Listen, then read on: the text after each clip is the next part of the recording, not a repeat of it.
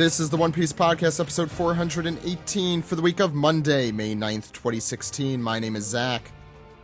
And my name is Ed. And my name is Steve. On today's show, we have very special guest translator for One Piece in Weekly Shonen Jump. We have Stephen Paul with us. Hey, Stephen, how's it going? Pretty good. I'm with you for 13 whole pages of manga this week. Wow. I don't know how we're going to make it.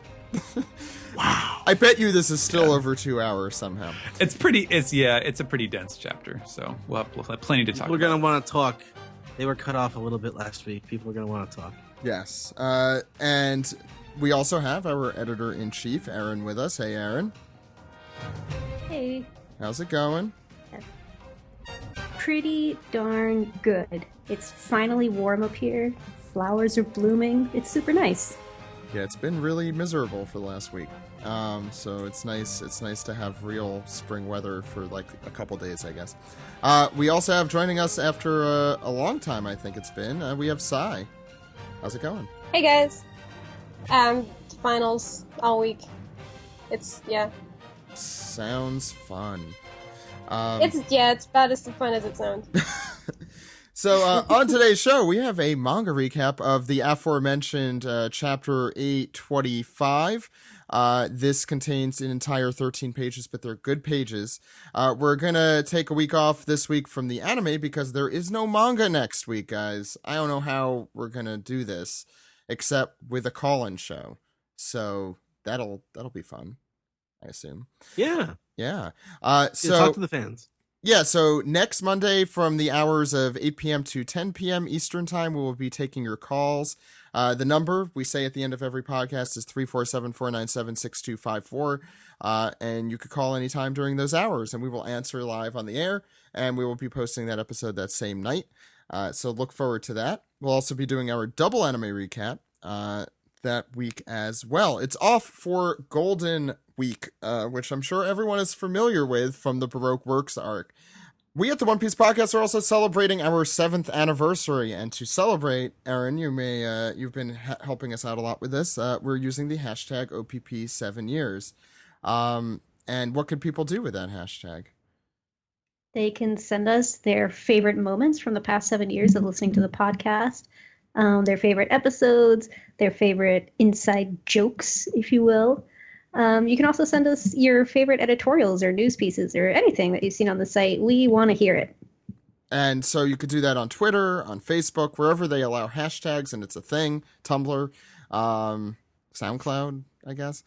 So yeah, anywhere you want, let us know. The other piece of news is we are looking for a correspondent in Japan who speaks Japanese, not just preferably, but definitely. Erin, are there any more specifics other than that, I guess? Just that your English is understandable at the very least. Yes. And that you can write pretty consistently for us, that you have the time. The better you're writing in English and the better your understanding of Japanese, the more likely that we'll like you a lot. So if you're interested in joining the podcast crew on that front, please send us an email with the title news position this on the subject header. Other than that, I think that's everything. Again, the manga's off next week and we're doing our call-in show next week, so we hope to see you then.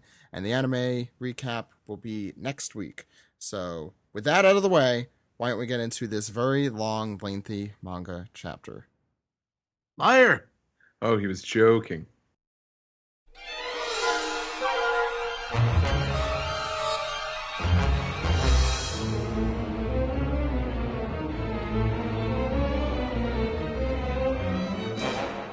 This is the manga recap for chapter 825, comic strip, but that's what we're reading. Why would that also be the title? No, it's not comic strips, Mom. It's manga. Very meta title for this thing. So I love this cover page. Ed, what's going on here? I love it too. I really love ZZ Top. Well, one of the old guys is dressed like Law. But first of all, this is Dex of the World 500 Million Man arc, volume 16, with Iria because they gotta dress to impress for when Nami visits again. So does that mean they weren't dressing like this before? Why are they doing it like after she left? Because Nami Because talks. she's hot. All there is to it. I can't beat that answer. Something about wizard robes that isn't very attractive. I mean, Like, it couldn't be I the don't feel like beards. getting dressed today. Yeah. It couldn't be the beards. I mean, look at how fabulous they are. Beards are non-negotiable. Yeah. Speaking of the cover page, why is Law on the character list? He's not even in the chapter. Because he's the second best character in One Piece. Come on, He's Steven. not even in the chapter. Steven, we know that you write these. What's He going was on? there. He was there in spirit. Yeah, the spirit of the front page. Anything else with the front page, Ed? You wanna? The old guys, they're looking pretty dapper. One has like Diamante pants. Yeah, they have really good posture for being old guys. I remember them being. so dapper. I thought they were a lot shorter. They look really tall here. Is that just me? Well, that's what happens when you go from slouching to standing up straight. Yeah, he kind of drew them with clamp legs here. I think that I think that might have been Sam the Flynn anime. The anime, I think, made these guys a lot shorter. Oh, okay. Mm. I mean, it's All either that just or they're wearing scaled high off and heels. Super hardcore. Yeah. Okay. Did you notice that one of the old guys has like what's his name? Foxy's exact face. The guy with the star pants. Oh my God. Yes. He He has does. Foxy's nose and mouth. Is it his Fox's grandpa? It's a very interesting theory. It's not a theory. We've proven it here today. We all know that the same nose and mouth means automatically that person Related. or related. Hey, True. that is going to be relevant later on. Ed, speaking of, why don't we start the chapter? So we start the chapter. Shippy. I'm a Bodie McBoatface. And it's a I big think you ship. mean a Sir not Ian McKellen, David Attenborough. No, this is Shippy McShipface. Yes. Yes. There's a lot of ships. So they are walking on board the ship, Vito and Sanji, and there are these minions in the background doing their high stepping, and this is a fantastic scene right here. And Vito is recounting things that he used to do in childhood to Sanji, like, yeah, I used to read that comic in the newspaper. Sora, Warrior of the Sea, with the big dreamy giant robot. A comic strip with a giant robot. I'm starting to like this world. So I like this newspaper. Is it? And Is that was several years ago too. So before Frankie made his giant mecha. Mm-hmm. Yeah. So Sora, the hero who can walk across the sea, so he teams up with a transforming robot and seagull, and it's a tale of a naval hero who risks his life to fight the army of evil Germa 66. People all over the world, they love it. Love it. so disturbing. And yeah, this is can- allegedly based on true events. Can I mention? So, is World Economic Journal either the Wall Street Journal or? So Yeah, go ahead. it's interesting that you bring this up because the name that I submitted was the WSJ, the World Street Journal. But I guess they figured they already have enough problems confusing Weekly Shonen Jump with the Wall Street Journal. I guess they didn't want to add another one into the mix. So I see. Well, that would be kind of confusing. A newspaper and a comic and a newspaper that's getting confused with each other. yeah. No, it's very. It's Yeah. like like an Inception or like a the nesting doll kind of thing. It's WSJ within WSJ within WSJ, and each are different things. Yeah, the other thing too about this now, the another thing that I originally submitted. So the term that Oda uses, and I was talking about this with Greg, and it's pretty clear that Oda is basically referring to in this world, this is like the manga of the world, but he didn't want to use the word manga. He wanted it to be something slightly different, and so he used this word emonogatari, which means it basically means picture story, literally. And in practice, that usually refers to like a picture book, like an illustrated story. So it would have text and then pictures as well. And we don't know really if that's exactly what it what this thing would look like. How exactly would this concept in the world of One Piece translate into English. But I guess they decided comic strip works just as well. It's something that appears in a newspaper. So I guess that's what we'll go with here. Get a load of these guys too. The evil bad guy that he's fighting. Sherman. And him standing on the ocean with a robot seagull on top of his head. It's a pretty cool looking manga. I'd read that manga. I think the robot is the guy standing next to him. The seagull is just a seagull. It's not a robot seagull. Yeah, seagull is his hat. Of course. Is anyone else getting like Captain America, like World War II or something vibes from this? Yes. Yeah. That's exactly what I was thinking. Also, like the German 66 are the Nazis, and yeah. Yeah, I definitely get that, or at least it's like a propagandizing kind of thing. That's what it says. That's what Vito says. The Yes, propaganda for the kids. And oh yes, the Navy is always just and mighty. But that's not why he liked it. He liked Germa. Look at his face. He's so happy with his tongue. Why do you find Vito cute? He does look cute there. No, he looks like little He's so smile. happy.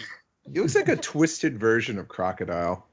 No, it kind of looks like Crocodile's or never Moria. that happy. Young Moria, a little bit.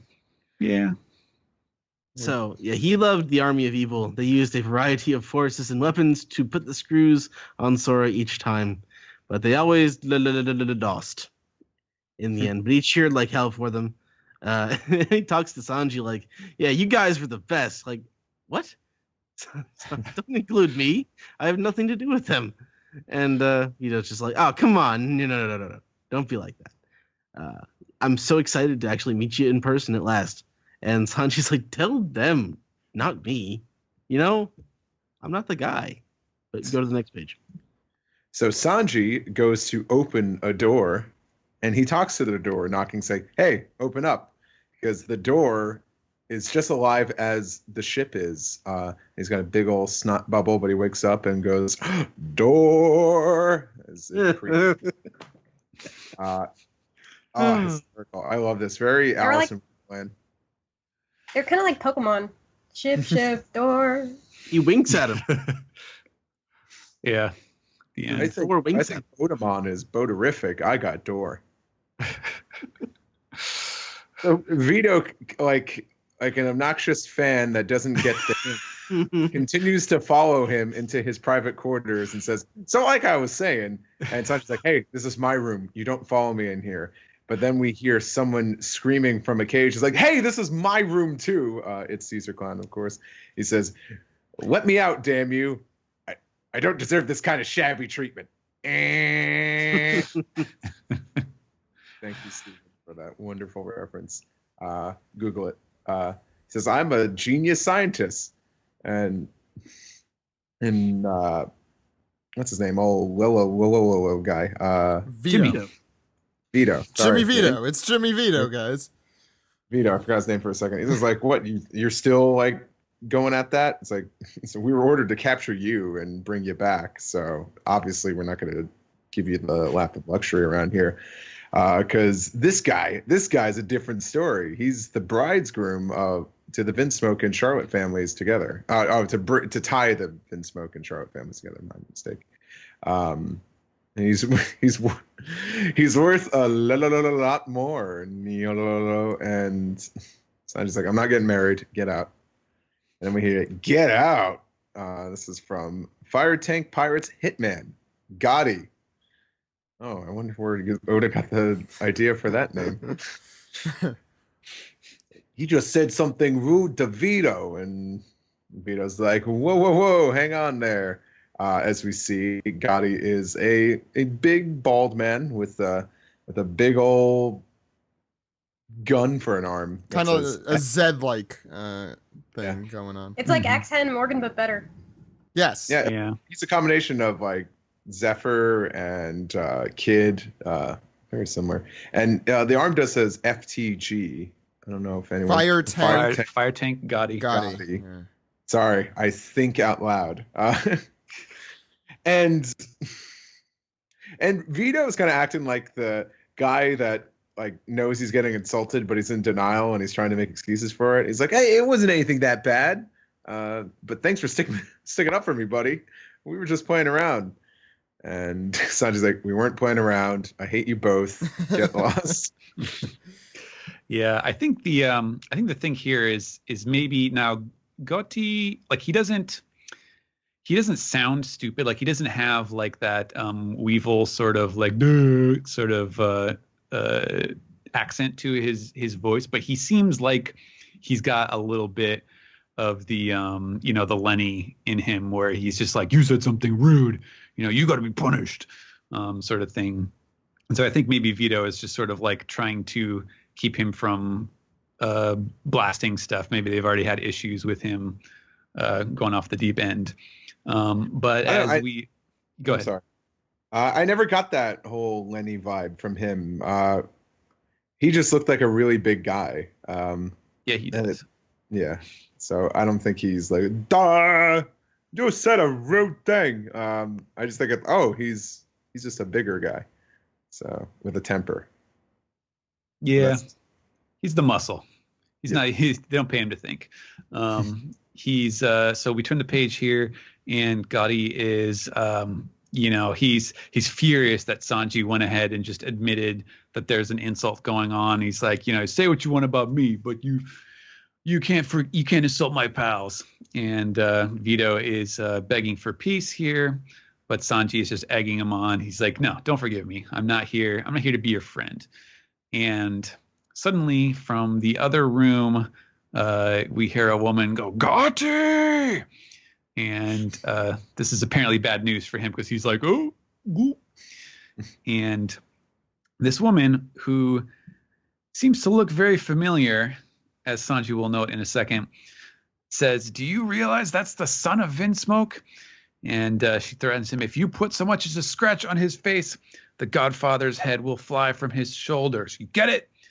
And so apparently, she's pointing out, all right, look, if Capone's men cause any trouble, Big Mom is going to see that Capone is the one who pays the price here, because this is more important than their little group.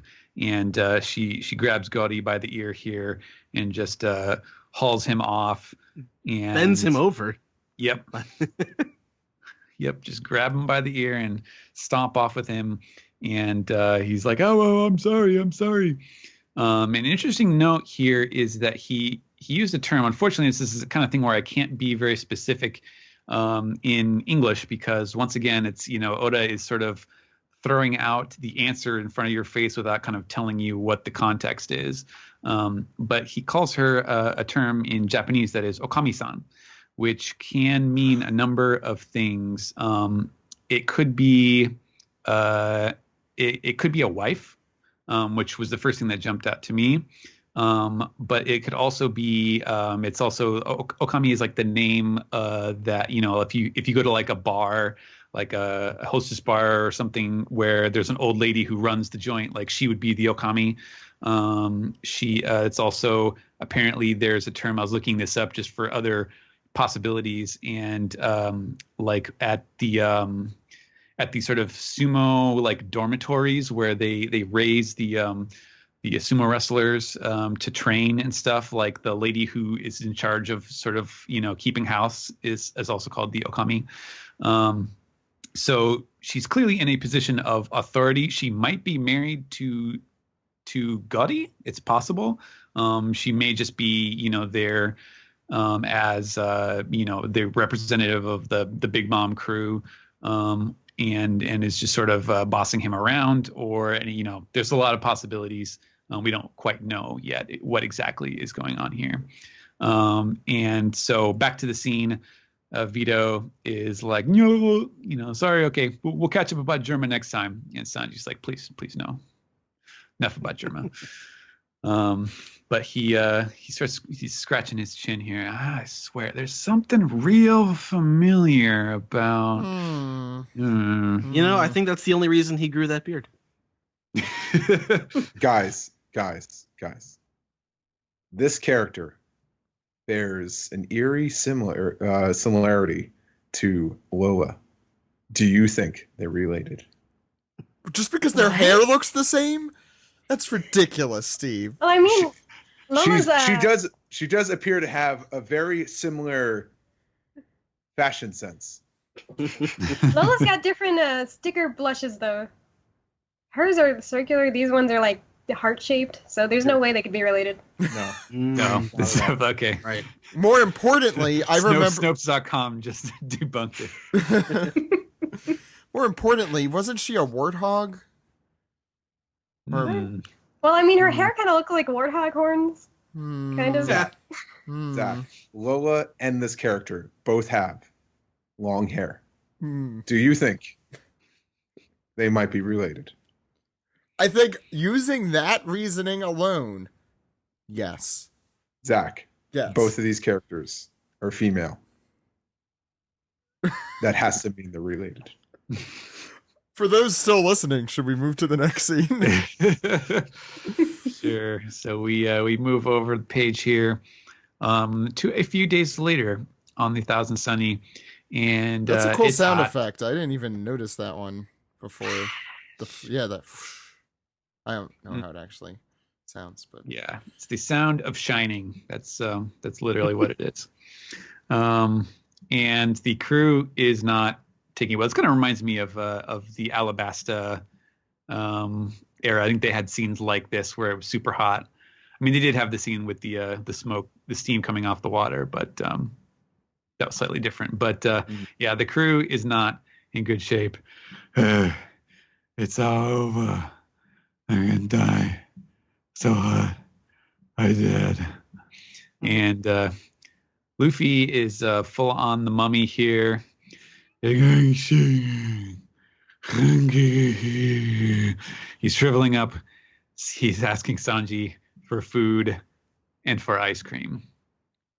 And yes, the minks, the animal people here are not taking it well. Chopper, as usual, he can't take off his furs, so he's defenseless against the heat, and so is Pedro. And Brook is worried that he might turn into a mummy, just like Luffy. He's like, "Oh, a mummy! Wait a second, Nami, would that be a step up? Would that be coming back to life? Is that a rejuvenation?" And Nami over in the shade is like, "Who cares?" And he non sequiturs. "Oh, well, in that case, can I just have a little peek at your panties?" And she is so hot, she doesn't even have the energy to smack him. And Carrot is hungry and hot, damn hungry hot. And Peckham's needs nutrients because, as we remember, he is half dead, has been half dead this whole time. Poor Peckham's. And Nami and I guess Carrot along with her are explaining that, look, we've had no food and we haven't been able to fish because of all the storms. Finally it's sunny again, so we got to catch something or else we're going to starve before we get to where we're going. And Chopper, weeping in the heat, said, "Look, I'd love to do that, but the water is so hot that it's literally boiling beneath us." So, to which I guess everyone else is just shocked. And we actually see the water boiling up there and evaporating. And I guess this is Chopper just saying we're not going to get any fish this way. And finally, there's payoff after, like 60 volumes. The emergency food supply finally comes in handy. Chopper is not happy about that proposition from Luffy, though. And See, like I said, Alabasta flashbacks. Ironically, Sanji isn't here to support this. No, yeah. Right. Sanji would probably be fine with that. Pedro tries to get Luffy's attention, saying, "You've got to bite." And it gets her, and it's I'm trying to make the sound effect, it's not working. And Carrot, I guess, is enthused, but it's hard to tell. Food. They're all zombies, I think, is closer than mummies. And Chopper, who is also, his eyelids are half open. That is horrifying, that Chopper. Relatively. If Robin was there, Chopper, don't ever make that face again. So he yells to pull Luffy. And everyone's like, you could do it. Come on, Luffy. This is his greatest challenge ever as he grabs a giant, slimy-looking fish that splooshes out of the water. Yes, that is the sound effect. Thank you, Ed. And mummified Luffy exclaims food, stars coming out of his eyes like he saw a robot for the first time. Look at his face. Nami is beyond pleased. Peckham's growls. And Brooke notes the enormity of the fish as it lands on the deck of the Sunny, as Chopper immediately notices that it has a weird color and asks whether it's edible and says that he must look it up. So wait, Luffy, hold on, don't do anything. What happens next, Sai? And then Chopper runs to the medical bay or Sanji's locker to find a book on the fish to see if it's poison. And it turns out that the skin is poison, and Luffy has already eaten pieces of it. Well, you're skipping like Whoa. tons of important details. Tons of porno. Yeah. And, oh my god, yeah. Sanji's just got so many books in there. I wonder how many of them are actually... Chopper got scarred looking through that. I think it's pretty safe to say. Well, Chopper is also a doctor. He's probably seen, like... He's also a reindeer. Chopper's also an animal. Yeah. Yeah, He he doesn't care about naked humans. Yeah. He just So cares does about naked Chopper? Marge. Does Chopper have like National Geographic in his lockers? Well, considering the last Mink Island, he seemed hot for that one nurse, so... Would it be National Minkographic? Mhm. I'm sorry. That was terrible. That one in the file. I'm still writing it down. No. No, it's gonna happen out of spite. Go on. Sai. Chopper has some of the latest issues of Stag magazine. Oh. Fine. Parties. What's next? Okay, back to the fish. Luffy has already eaten parts of the fish, and everyone else is like noting how weird and slimy it is, and I believe Nami cooked it. We come to a next panel where it's all cooked and it looks really nice, and everyone's just so happy to eat. They haven't eaten in days, and I mean they're just so happy to finally have some food again.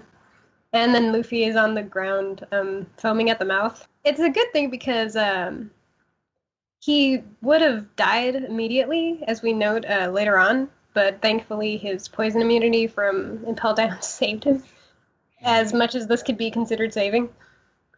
Anyone see on the previous page where Pedro is holding what appears to be a knife and fork in his hands? Oh my god. Oh, he's got his sword.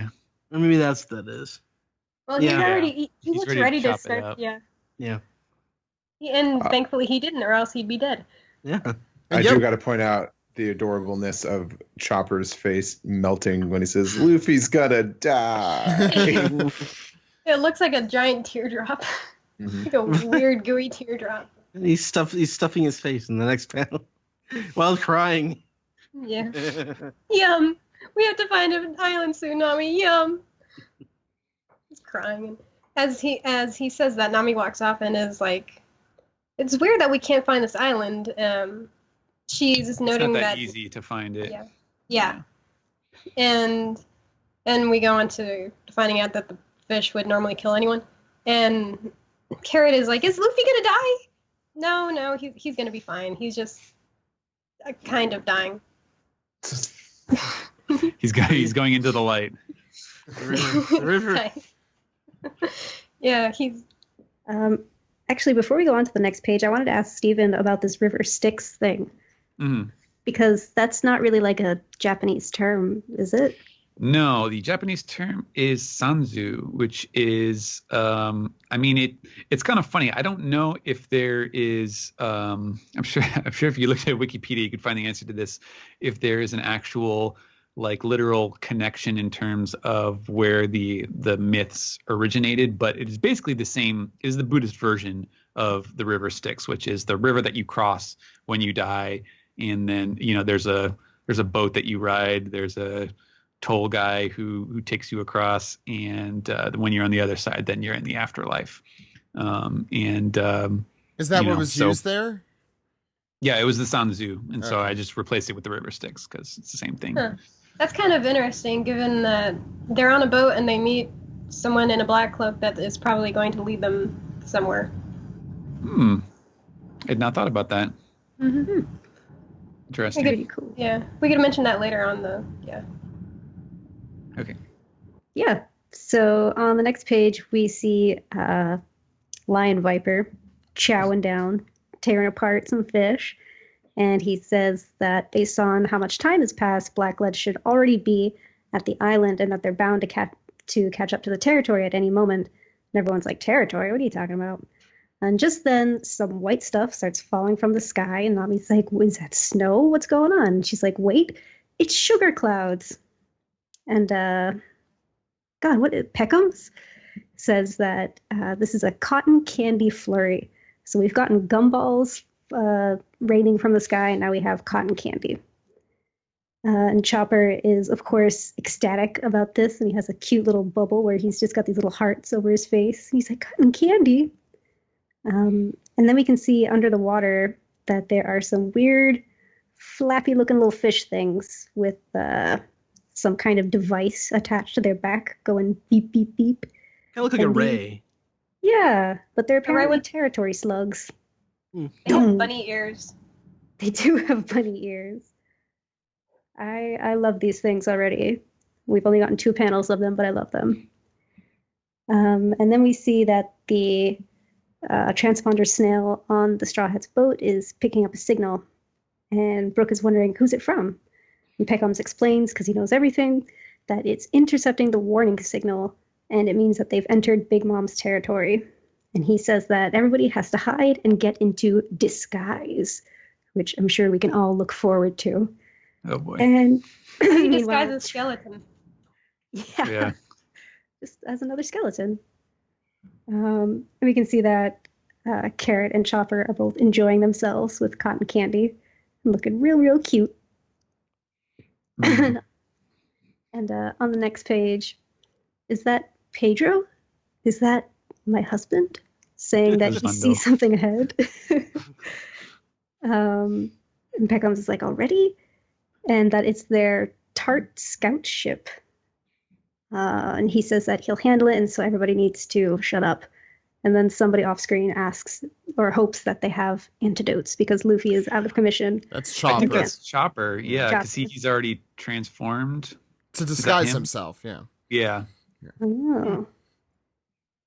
And then Peckhams is shocked. And we hear a broadcast saying, "This is Germa. We identify this as the ship of the Straw Hat crew." And you can see this awesome silhouette in the background of this creepy-ass looking battleship with what looks like snail eyes, kind of. It looks like a Yeah. giant transponder snail ship. Yeah. Oh my god. If it's like a Yeah. giant water snail, I will lose my shit. That would be interesting that both Big Mama and Germa would have like living ships. Yeah. Would you lose your shit in a good way or a bad way? Is there a bad way, Steven? Okay, all right. At my Lose your age. shit or you lose your ship.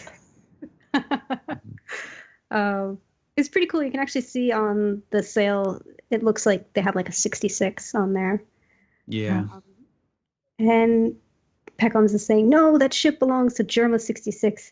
And we see a panel of a man in a dark hood and dark sunglasses and a curly eyebrow.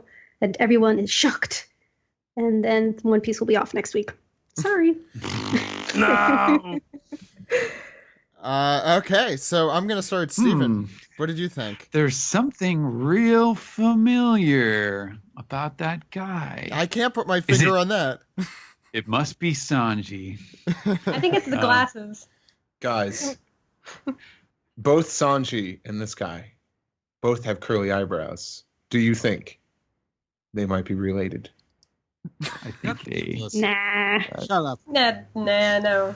They probably No just way. get their brows done at the same salon. They did. Sanji did mention that he curls his eyebrows, didn't he? In Thriller Bark, he's like, "I'm sorry for over curling my eyebrows." I think that's more just the way that his body works.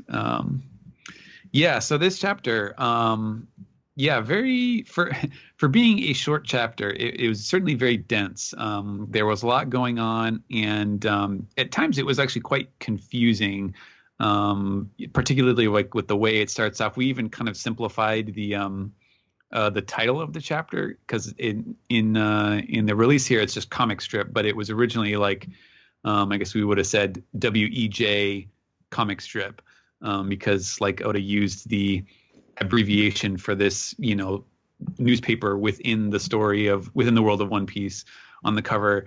And then, you start that off and you just have these Alice in Wonderland, like Queen's guards here marching along. And it's just like, what the hell is happening? Why is he starting off with this crazy story? How is this all fitting in? And so, yeah, he throws a lot of information at you, which is interesting and kind of exciting. I'm definitely liking, as I said, the Alice in Wonderland vibe that we're getting more and more of here with Big Mom's whole aesthetic, which I think is really cool. It's a great difference. Even though we did have the toys in Dressrosa, this feels like a different and kind of more whole cloth aesthetic that unifies everything, and that's really cool. Good shenanigans on the ship again, and then just not sure what to think about the Germa 66. I think it'll probably have something to do with the way that they make their way. The Straw Hat group here makes their way into this arc and possibly gets into the whole wedding scene. But as for how that will happen, I really have no idea yet. But it's good stuff. It seems like we're heading full speed ahead into the Big Mom arc here, and I can't wait to see more. Let's try something different. Steve, what did you think? Yeah, I didn't realize it was such a short chapter, but it's another funny gag chapter. Really, this was like Vito's chapter. I almost want to say, felt like he had so much time to shine here, more so than any other character. But Luffy and his gang barely surviving was quite funny, especially a callback to Chopper being emergency food supply. That panel is hysterical with that defeated look in Luffy's eyes. Just wrinkly old raisin Luffy. Pretty funny. I want to talk about this Lola looking woman. I believe she is another one of Big Mom's daughters. And I think the connection between the Fire Tank Pirates and the Big Mom Pirates is that Gotti married this daughter here, and now that is why they're tied together. I like it. So you don't think it's actually Lola? You think it's like a identical twin? No, I don't think it's Lola at all. Lola had braids. This one doesn't. Lola had braids, but also we did see Lola in the previous Around the World cover story. Oh right, she was with her crew. She was hanging out in Water 7. Mm-hmm. I like the idea that we get both a Sanji lookalike and a Lola lookalike that are not them. That would be a nice coincidence, synchronicity there. All in the same chapter too. Yeah. Which now it really makes me believe that Lola is in fact Big Mom's daughter, and that Vivre card is going to come into play really soon. But I think that explains the ties between the Fire Tank Pirates and Big Mom's Pirates. Other than that, just a funny chapter. Of course, it leaves on quite the cliffhanger. I want to know more about this Germa 66 ship here. It looks like it's being pulled by like a big snail. Now I wonder maybe if that has to do with them being able to cross over the red line and all that. Who knows? But yeah. I get the feeling that it's like similar to the transponder snails, but it's a big snail that has a ship on its back instead. Other than that, I really like the. I'm really looking forward to Whole Cake Island. I'm getting a lot of the Disney animated Alice in Wonderland vibes from these walking these goose-stepping soldiers here. Other than that, that's really it.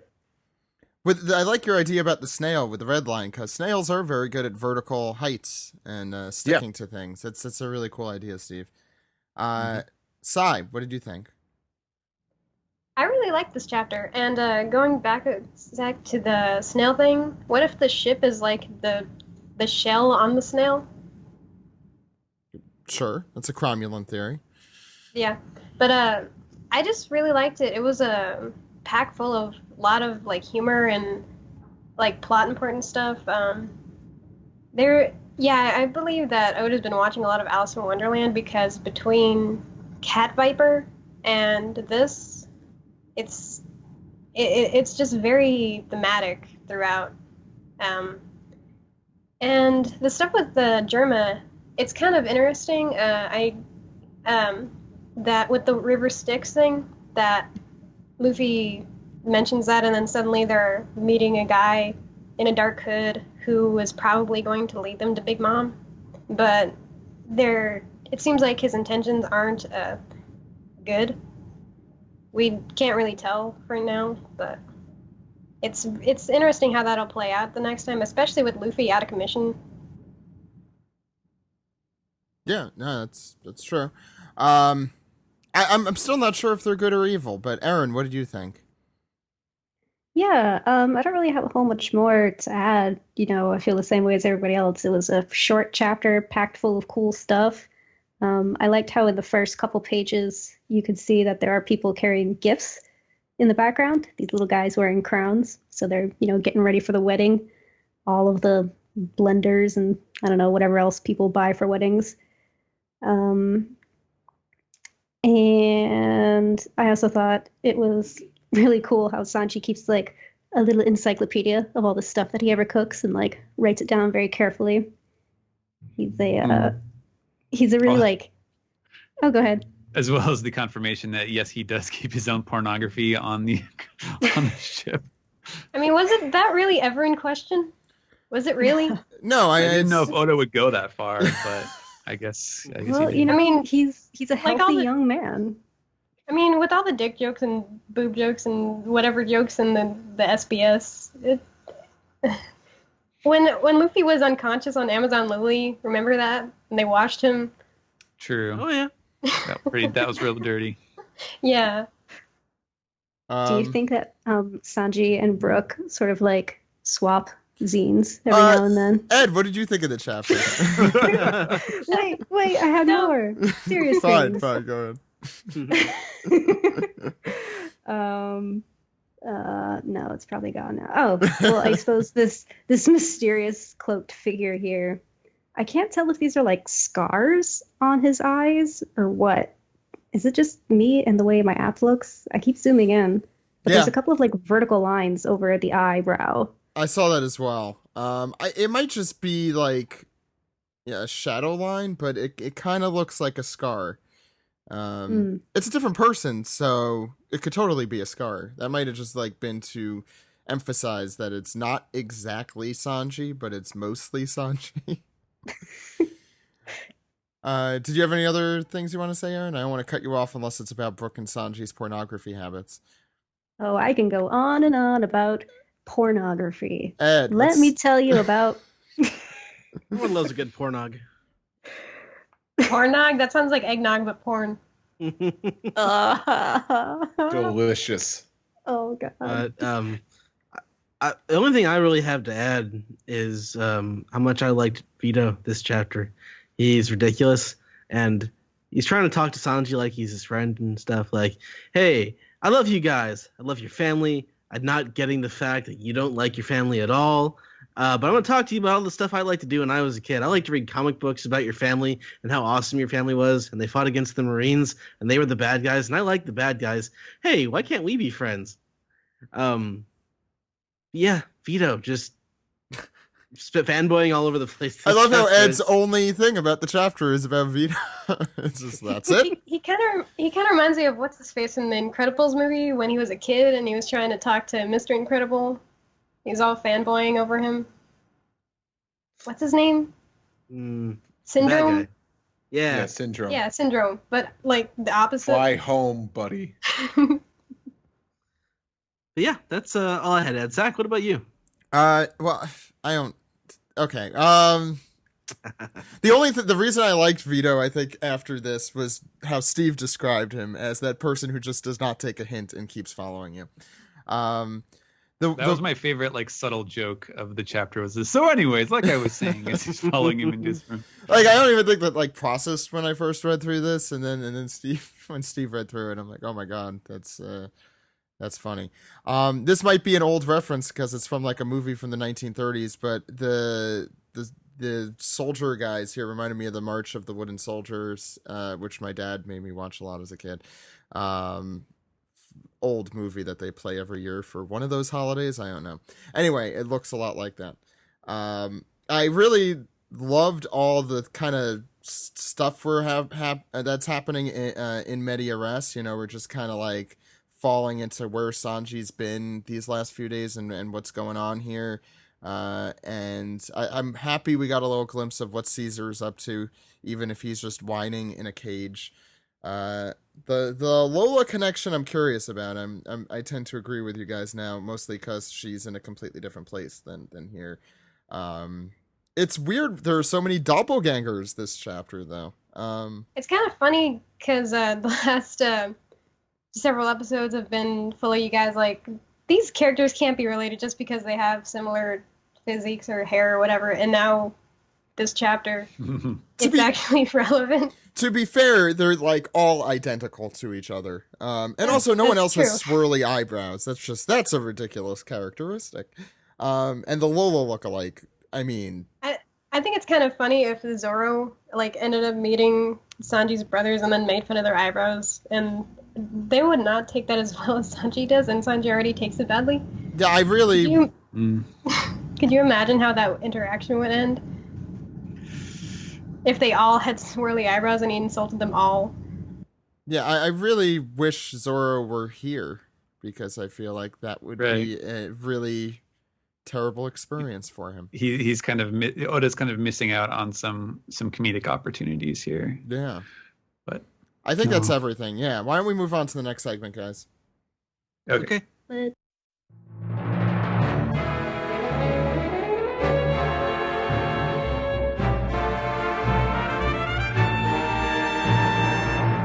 It's time to piece together your questions, comments, and theories. Let's start with emails. First one comes from Zombie Aladdin. This Aladdin is not alive, but is more alive than Brooke. Anyway, his question is, a while back on Jaya, Bellamy made mention of a mythical land called the Emerald City. Considering myths tend to turn out to be real in One Piece, any chance these Straw Hats are actually going to find an island themed on the Wizard of Oz? Basil Hawkins can be the Scarecrow. What do you guys think? I mean, they already have a lion on their crew. Who's the Tin Man? Frankie, of course. The lion's not cowardly, though. Oh. Yeah. Come on. Growl. I do like that idea. I mean, yes, people bring that up every now and then about that particular thing mentioned by Bellamy that has not reappeared, but I never connected that to the Wizard of Oz. But I think that'd actually be really cool. But on the other hand, he is kind of doing a fantastical movie / literary reference right now with the Big Mom stuff, I think. So I don't know if that'll be anytime soon, but yeah, that'd be cool to see. Next question comes from Blackjack 5. Not any of the first 4 Blackjacks, but the 5th one. Anyway, I'm making fun of everyone's name today, apparently. Last chapter seemed to confirm what Big Mom wants out of this wedding, but what do you suppose the Vinsmokes and possibly the government, depending on your conspiracy theories here, want out of this arrangement, assuming that Sanji is right and the family and his family were the ones who convinced or instructed or blackmailed the government into altering the condition of capture on his bounty? Why would the government enable the formation of such an alliance? What if they want the poneglyph? Maybe the Vinsmokes are going to steal the poneglyph for the government? I mean, that would be that'd be nuts. Yeah. That'd be interesting. I don't know. Yeah. To be honest, I have not thought about that since, when we did not know that they were like a crime family and we thought they were, I don't know, like he was possibly a celestial dragon. But if he's not a celestial dragon, that does kind of raise the question of why would the government kind of be in on that or give that sort of value to him? I have a crazy theory. We've been talking about how the Big Mom Pirates are probably not going to be, bad guys in the traditional sense this arc. But what if the bad guys are going to be Germa 66 and the Big Mom Pirates and the Straw Hat Pirates work together to, I don't know, undermine Germa 66 and whatever they're planning? That's what I always thought. Oh, okay. Never mind. I thought it was so special with that. Yeah. Clearly not. It makes sense because Sanji is, he's antagonistic to his family. Like they're not going to be good guys in this storyline. So that would make sense that, they would be the more primary villain in this case. Yeah, I agree. The second question here from Blackjack says, since Germa 66's ship resembles a transponder snail, were they perhaps the ones who have been keeping tabs on Sanji since his time on the East Blue, since we know someone's been monitoring him? What do you guys think? Has someone? Well, because Wait, know. Someone knew that he was at Baratier and he was in the Kamabaka Queendom. What's his name? Zeph has like posters of Sanji where he keeps bragging about it, so it's not unusual to imagine that someone connected to German 66 could have gone to Brody and seen that. Yeah. Yeah, but how about Kamabaka? I think that one's less that would be a harder thing to figure out. You got me. Yeah. Maybe Ivankov was bragging to someone? I don't know. We have the cutest little blonde with us now. You won't believe it. This is how he looks in a dress. Look how beautiful he is. Next question comes from Andrew, who asked why he was listening to the FMA podcast that's been reposted recently. The whole series, by the way, is on SoundCloud at soundcloud.com/One Piece Podcast. It reminded him, why don't we report on One Piece's manga rankings every week? I remember how nice it was to hear how well One Piece did week to week. Firecrouch really hated that. I'll say that right now. It was funny how much he hated that. We haven't done he used to kind of say, like, I kind of want to see One Piece not do as well. Just like give me something new to talk about. I'd be like, get out of here, traitor. Traitor. No, was it the manga rankings or the anime rankings? We did both. Because we used to do both. Okay, I don't remember the manga stuff. I mean, I remember the volume sales and stuff like that when the volume would come out, but that's what I was talking about. Okay, you might also mean the New York Times ones too. I just thought we were way too granular with that because he would literally say the exact number every single time. And it's like, just say One Piece came in third. That's fine. It got a 1.67842 in the ratings. The Dow Jones was up this day. Well, when we do our World Economic Journal report for One Piece, we'll do that. The reason we don't anymore is because we don't. The news segment isn't a thing, and the news on our site is a much bigger thing. Even though we don't really do rankings too much on our site, unless they're exceptional. Right. So if everyone out there wants more rankings, I'll see if we could do that more. I'll see if our news team is willing to put that out. But that's the first time I've heard anyone begging for it. So I don't know. Next one comes from Liam Tasker, who says, with the Dressrosa arc coming to an end in the anime, how long until we see a new opening? Also, do you think that there will be any filler episodes connected to Film Gold like we got for Film Z? And also we also got for Strong World, the Amigo Pirates stuff. Are you guys forgetting about that? I wish I could. I think they've already said they are going to do some TV stuff for Film Gold. I could have sworn. If For the love of God, do time. It before you start Zoe. Yeah. I hate those. Oh, wow, Impel Down sure getting pretty intense, right? Well, why don't we cut to this story arc that makes absolutely no sense. And if you weren't aware that at this time a film was coming out, you'd be really confused. It's almost like watching Bleach, except it runs for years. In Bleach. And Bleach not got in- canceled. It did. And Bleach Yeah, the anime ended like years ago.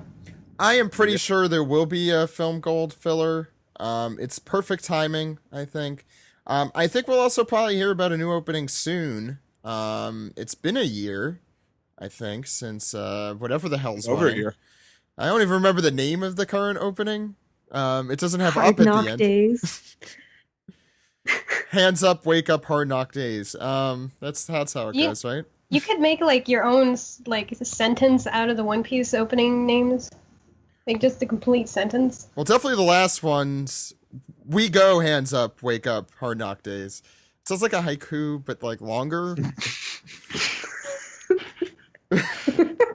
Zach's a poet, and you didn't even know it. I know I was quite aware. Next question comes from Ryan Jones, who said, I had two questions. One is about Frankie, and the other is about Sanji. So you only get to ask one. So no, you can ask both. This is it's a ridiculous question, but it is actually a legitimate question because this gets lost in translation sometimes.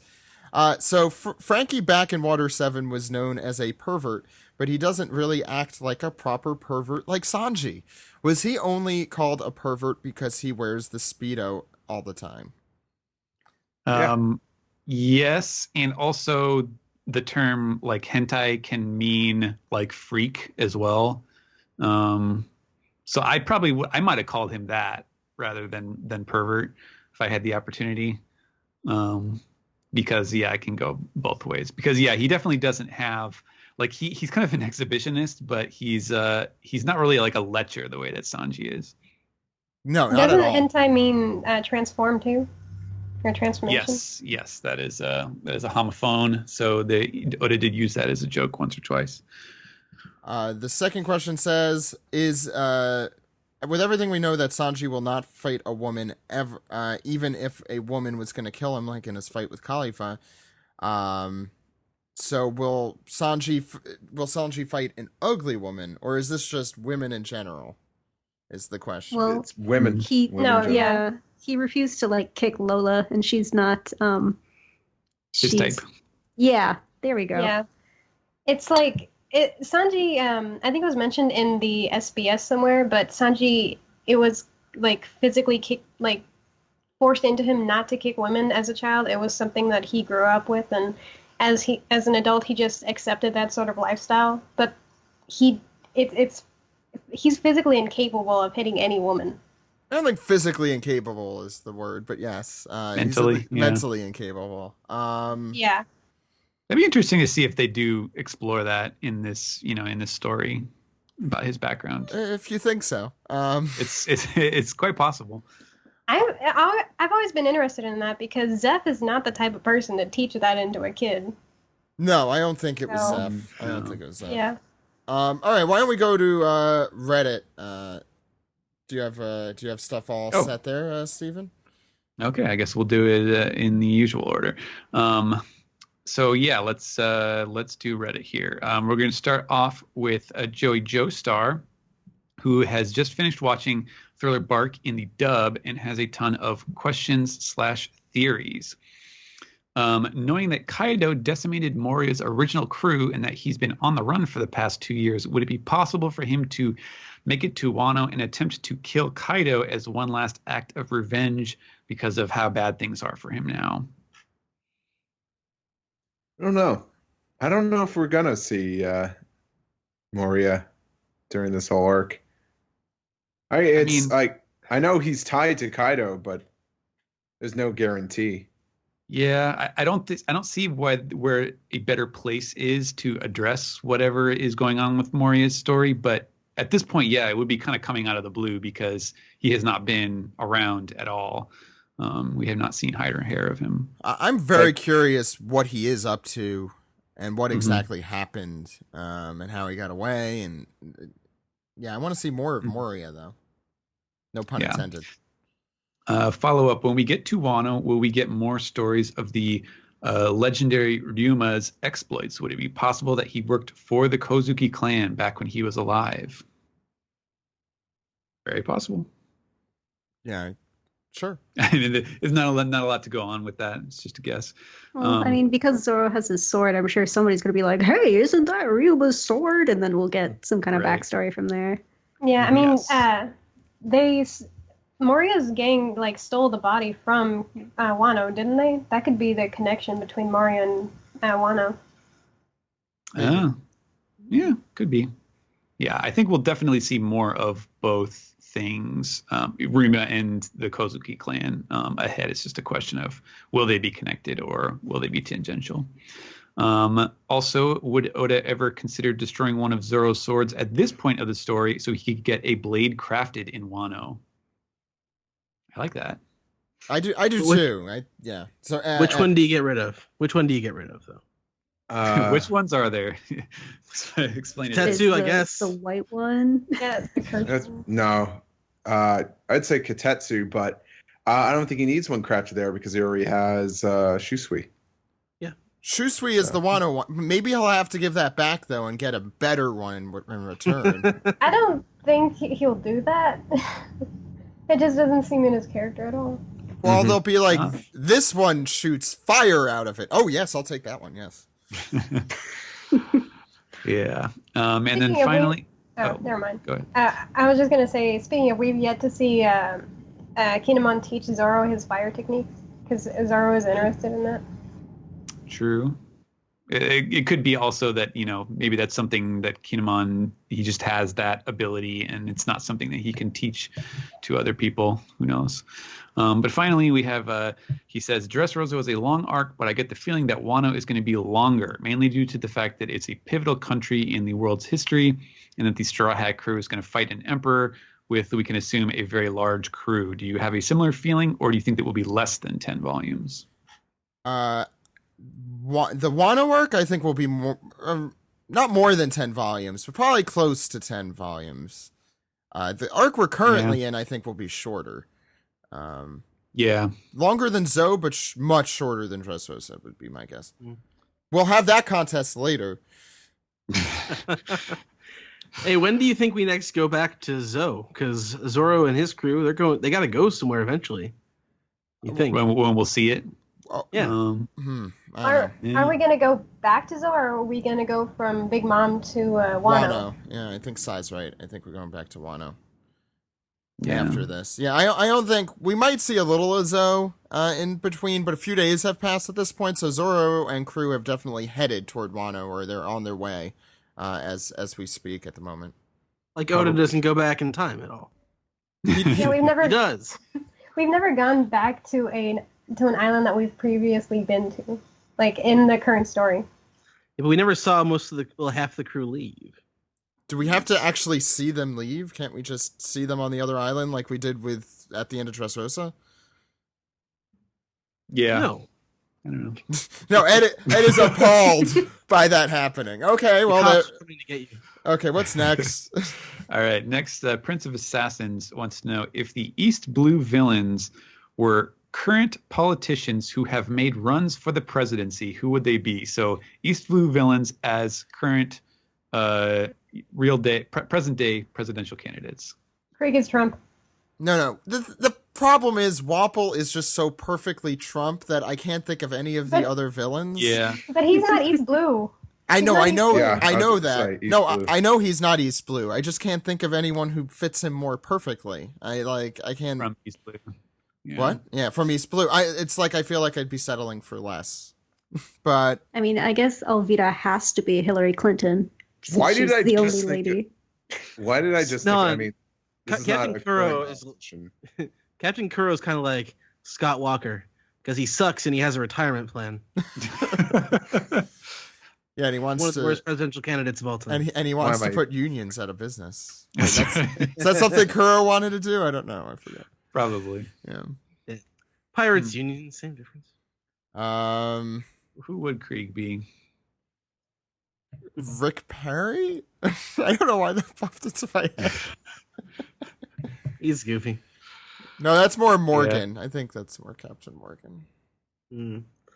Buggy would be like, what's the Buggy would be no, he'd be D's nuts. Yeah. Yes, the kid from Was it from Indianapolis or follows up. something? Oh, I forgot about that. Wow, that is a deep, He's deep nuts. pull. Yes. Oh man. Does it Who would only have to be? buggy? Go ahead, Steve. Does it have to be all current politicians?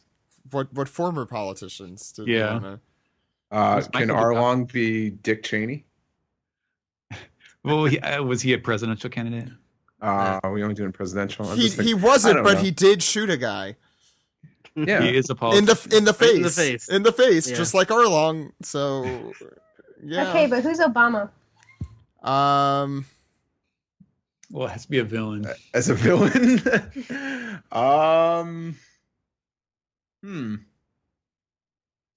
No, I almost said Smoker, but Smoker's not a villain. He's an antagonist. I'm thinking. Is our political bias showing here? Who's a cool black guy in these? The guy from Krieg's Station, the slightly higher ranking grunt. Oh, Geen? No, from Pearl! no, No, he's not no, Pearl. from Captain Morgan's station. The guy who Oh, is I know the who you're talking Avery. about. He's like Oh. savage. Oh yeah, that guy. That guy's not a bad guy though. That guy's a good guy, I think. Like a Marine good guy. I know who you're talking about. The Marine captain that takes over when Morgan gets Yeah. beaten, yeah. Yeah, that guy I guess has some vague familiarities with him. you might be biased. I mean, just a little bit. I know we probably pissed off some listeners of like, oh man, there's it's like I can't compare Obama to any bad guy. And I know some listeners are like, oh, I could name some. I could name some. Didn't Zach? Didn't you get like a question someone asking you to stop talking about politics on the podcast? No, that was to stop talking about politics on the politics podcast we did. What? I mean, what can I do? Puppies.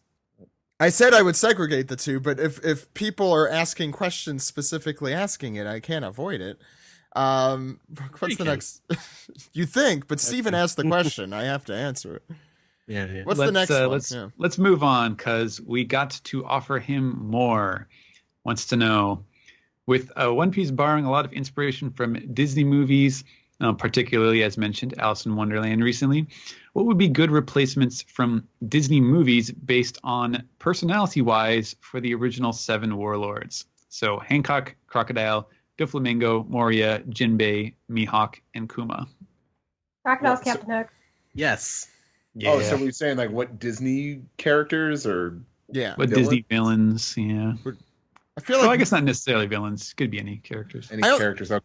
just in look, Mihawk and Jafar a little bit. All I know is no, I don't know. All I know is nothing. All I know is I know nothing. Does At that least mean Firecrotch knew Way to cartoons quote and- something I said a year ago. What's that bear from Jungle Book? He could be Kuma. Oh, Baloo. Yeah. Yeah. Yeah. Hancock is Cruella DeVille. And I just remembered the Well, I she just- does like kick puppies. Exactly. Hancock. Hancock. You can't even. That's not even enough syllables. What was it? Boa Hancock. Boa Hancock. Show off. Da-da-da-da. I'm not that good of feel a like- singer. I feel like personality-wise, Doflamingo would be Hades. Oh yeah, At least, totally. yeah. Yeah, I guess so. Wait, so who would Or Scar. So skeptical. does Aaron? that mean that Jinbei has to be Ursula just because they're both fish people? Am I being racist? Are we They're Are we both just- 5 feet are we wide. just sticking with villains or I don't know? They are the 7 warlords. They should mostly we be put villains. Gaston on there Well, somehow. it's That's all more I want to than know. 7. Can Gaston be on the Warlords? Ooh. Gaston is buggy. No.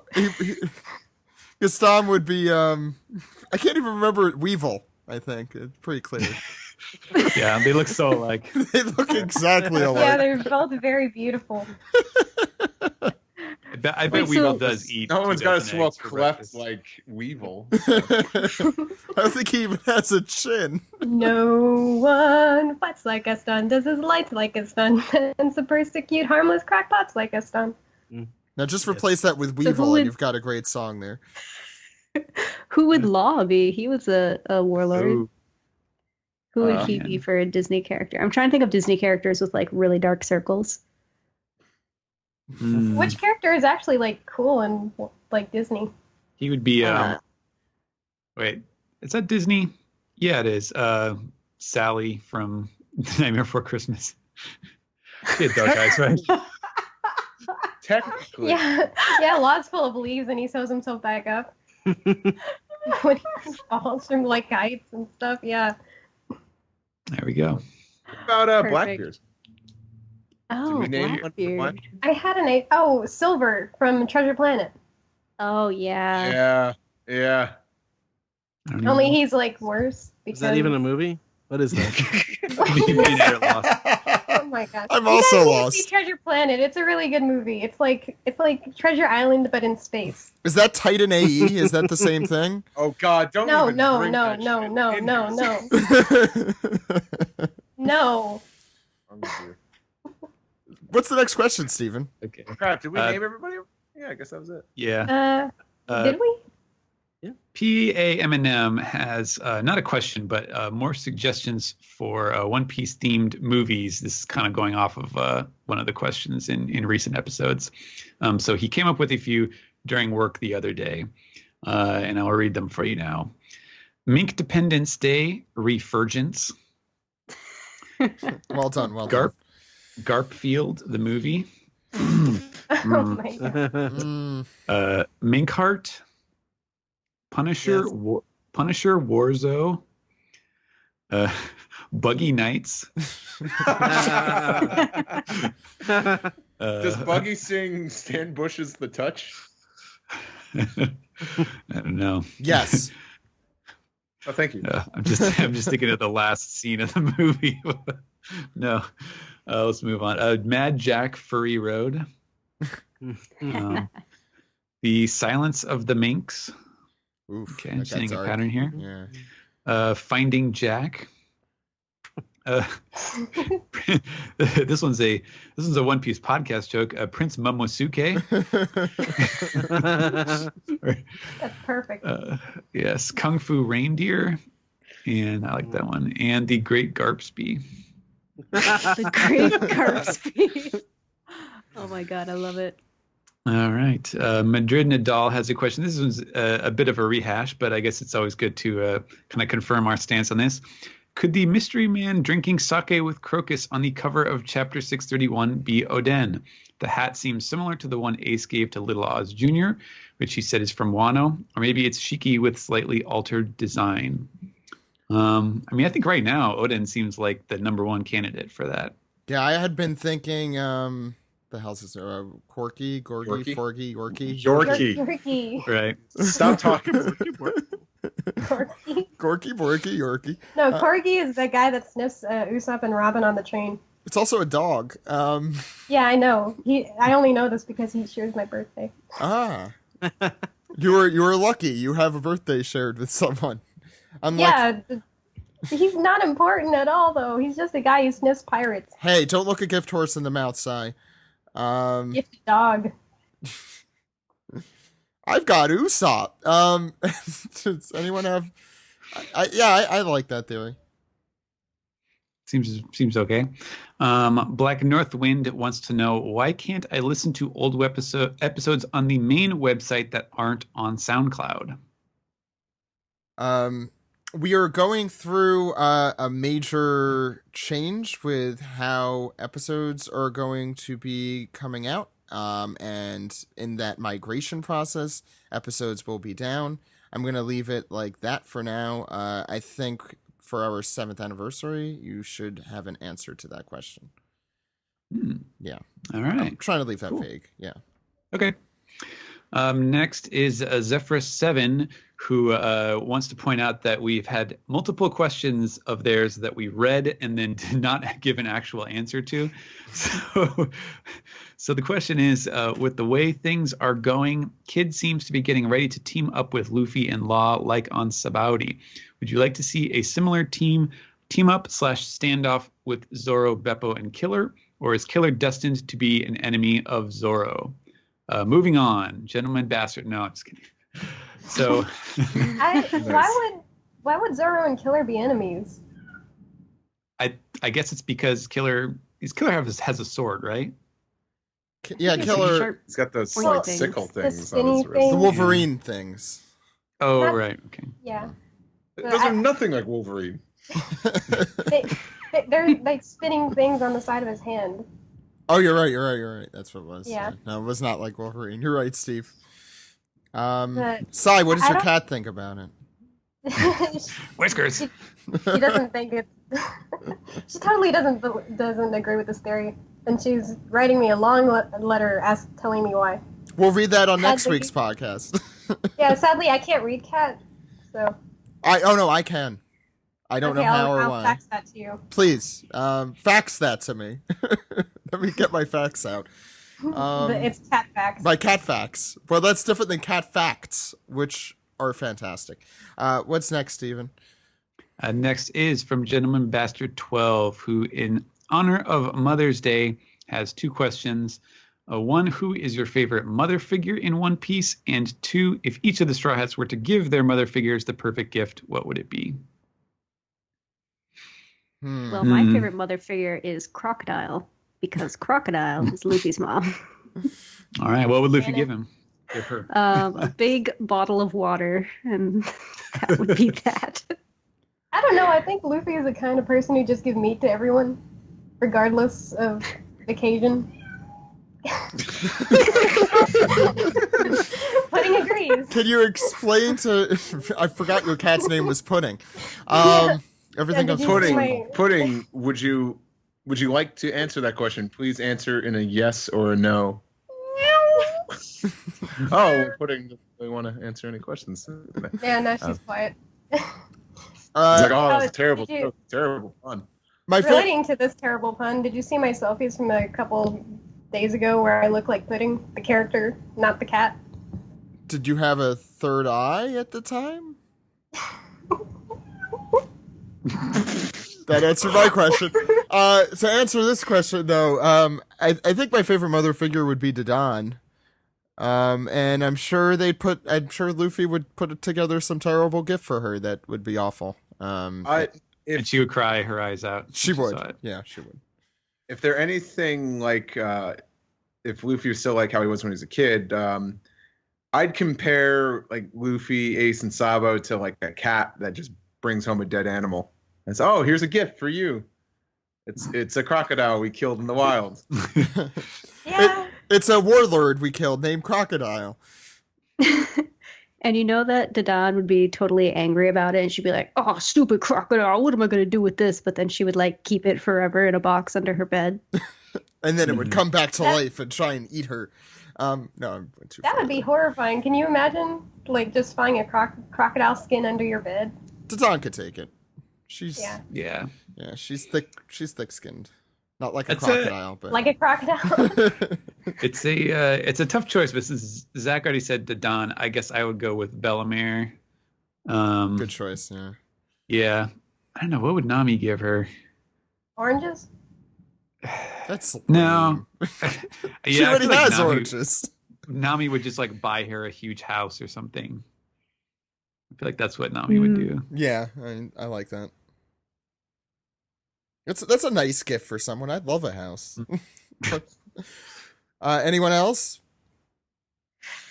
Otohime? Yeah, what do She you was mean? a good I like mom. her. Mm-hmm. Pudding agrees. Bellamere.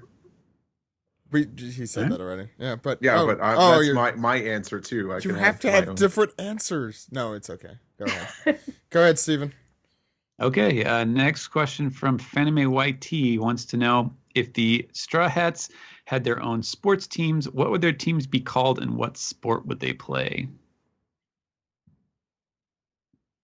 This is a good question, and I wish I had more time to think about it. Luffy's would probably be something random like Meat Lion Dog, and he'd be baseball or something. I think that's an No. accurate answer to that. We already know he can hit Ace's best fireball as a batter, so we've seen it. I feel like Cover Sanji page. would definitely have a soccer team, Yeah. and his what team name? the Can you Gentle tell I don't Cooks. play sports? The Gentle Cooks. There we go. The Gentle Cooks. Yeah, that's good. Or the suave people who are totally cool enough to have all the ladies out there. That's a long title, I know, but Robin's would be the chess club. Oh yeah. yeah. And with It's all not the really a team though. It's just Robin playing chess. Yeah, no, she's just Oh, she playing could- she's playing 10 different games Yeah. of chess at once. She could totally do that. She could play herself. Here we go. What else? I feel like Usopp would be really good at like skeet shooting or something like that. Yeah, like one of those Olympic sports, marksmanship Yeah. ones. Yeah. I don't know why I was thinking of ski balling there, but I think that should be a national sport. I mean, Professional skee ball, Olympic skee ball. I'm an Olympic ski baller. I shoot 500 every time. Look at all the tickets I got. Can you even, Yeah. where can you play skee ball anymore? I haven't seen an arcade in like years. You don't go to Dave and Chuck E. Buster's? Cheese enough. What are you talking about? I'm gonna have my 30th birthday there. You know, your immediate answer to that, Zach, tells me a lot about you. Yeah, that's true. You know, it's tough being a big city lawyer sometimes. You just gotta go blow off some steam at Chuck E. Chuck E. Cheese. Cheese. I mean, they have all the best games there. If you see a guy in a suit at Chuck E. Cheese, that's me. Let's Just see. I think sadly eating pizza alone. Brooke is You have to be super pretty old, desperate. so I feel like Brooke's sport would be like lawn bowling. Like bocce Ooh, ball or lawn something. bowling. What? Yeah. The At gentleman's at the sport. retirement. No, at the no. retirement. See, Brooke would be working at the Dog Olympics to help them play fetch by throwing pieces of his body around and then returning it to him.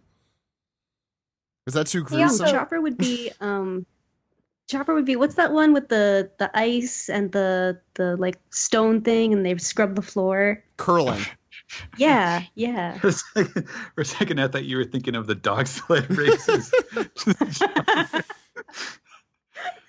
Oh, man. Why? Because he's the dog? Right. Well, we're going to be seeing all of these when the Olympics come to Tokyo in 4 years. I'm sure we're going to see some actual, kind of answers to this question. Nami would be the long jump, Yeah. especially in the Toonami episode that aired. You just Oh, see her like God. jumping From From roof pillar to to roof? Yeah, or whichever. pillar to pillar. Like, she can jump, but that's kind of ridiculous. Well, Carrot might be able to beat her there. Yeah, but she's also part rabbit. Technically, yes. Mm. And actually. What's next, Steven? Oh, Zoro. All right. Oh, go ahead, Aaron. Unless you have one. I was gonna say deadlifting, like Olympic deadlifting. Ooh. Yeah. You know, wouldn't- That works. we just completely ignored the naming part of this question. We got more questions to go, so let's just Yeah. move on. Cloud Trotter has an idea about connections between Law and Kaido. I think Kaido might have gotten the immortality surgery from the previous wielder of the Op fruit, maybe so that he can fight forever, because he reminds me of Thorkel from Vinland Saga, if you've read that. However, now that he can't die, there probably aren't people strong enough to challenge him to go all out like presumably Whitebeard would, which might explain why his hobby is suicide and he cursed Whitebeard for him being able to die. It might also be why Doflamingo is afraid of him and wanted Law to do the operation on him instead, Doflamingo instead. Kaido might want to capture Law alive to see if he can reverse the effects of the surgery. These are just ideas I've been bouncing around. Well, I like Law having a role in future arcs, so I don't hate this idea at all. It also would explain a lot about his just durability, besides that he looks like, he could take anything. But Right. The one thing is the immortality surgery, it's less, I don't think it's necessarily like invincibility. It's more like everlasting life sort of thing. So like if you if you aren't like blown up in an explosion or have your head cut off or something like that, presumably you would just stay alive forever without growing old and dying. So I don't know if that necessarily, lines up with what Kaido's got. Well, with Kaido, the government has tried to behead him several times, right? And there was always something that went wrong. I think it's more that Kaido has just like this weird luck attached to him, or he's just a badass. I think that might be part of it too. He's been captured several times too. He just ends up somehow escaping, or things around him just facilitate his escape or whatever. So I think it's more luck. I mean, he definitely has this sort of Oni thing going on, which, in Japanese mythology is sort of just like, the biggest, most monstrous thing you could imagine. So that all just sort of may tie in thematically together. That is an interesting thing. I don't think this is true necessarily, but I guess I can't really rule it out. So that's an interesting thing to keep in mind. We go on to Super Doobs, who says, even though Luffy, Zoro, and Sanji are considered the monster trio, I have always considered Zoro and Luffy to be the strongest of the Straw Hats. They are pretty much on equal footing in terms of raw power, in my opinion, and the anime has shown it several times. I could give some examples, but that would make this question too long. To the question, if Nami hadn't stopped Luffy and Zoro from fighting, who do you think would have won back on Whiskey Peak? And who do you think would win if they went all out now? Yeah, I think definitely Luffy would be the one. He's the main character. Come on. Yeah, exactly. Yeah. I don't know if he's weak to swords and bladed attacks early on in the story. Now he's not. Yeah, earlier on, when they were actually fighting, it probably would have been a pretty gruesome match if, they were really going all out. Today, I think it would be a lot more interesting. But it's definitely interesting because both characters are known for like pushing themselves to the limit, like before finally giving up, or not giving up, before just finally finishing a fight. Like with Lucci and Mr. One. The thing is, in Dressrosa, Zoro was way more impressive than Luffy, I thought, in my opinion. But he was also fighting the not Doflamingo. Yes, true. But he also beat someone who looks very impressive, maybe not sounds, but certainly looked very impressive. And he did it easily and without any battle scars, without, right. It wasn't much effort, really, even. Like, he just did it, it was done, and that was it. And he looked badass. Yep. On the other hand, Luffy, who, yes, was fighting someone who was likely significantly more powerful, but although it was harder to tell because he wasn't the size of an entire island, right. And it took him a lot, as you may recall. Yeah. Plus, there are arguments to be made about, okay, was Doflamingo really, did he use every cool thing that Oda could possibly have come up with for attacks? And probably not. Yeah, I think he was pulling a crocodile near the end where he was just like losing focus. Because at the end of the crocodile fight, he stops using his Doflamingo really all that often. And I think Doflamingo just did that too. He just got so angry that he lost his focus. Yeah, who knows? Anyways, we will go on to Orange Shades, who wants to know, what anime are y'all watching right now that is not One Piece? Watching a bunch of anime right now. Oh, I have to I'm catch still up watching. on yeah, go ahead. Still watching last seasons of JoJo. Watching Osomatsu-san. Watching Assassination Classroom. Yeah, that's what I'm watching right now. My Hero Academia has been great. I have been watching Ace Attorney, and I usually think of Zach every time.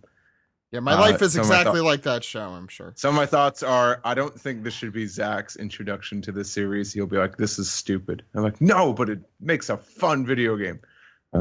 If Zach was a character in Ace Attorney, would his name be like Zach Lee Wright? Zach Lee Wright. Oh my god. That's perfect. That's what they call me. it'd be even funnier because if you go by his full first name, Zachary, it's English. It's hilarious. I like it. Oh my god. Oh, Oh my god, Steven.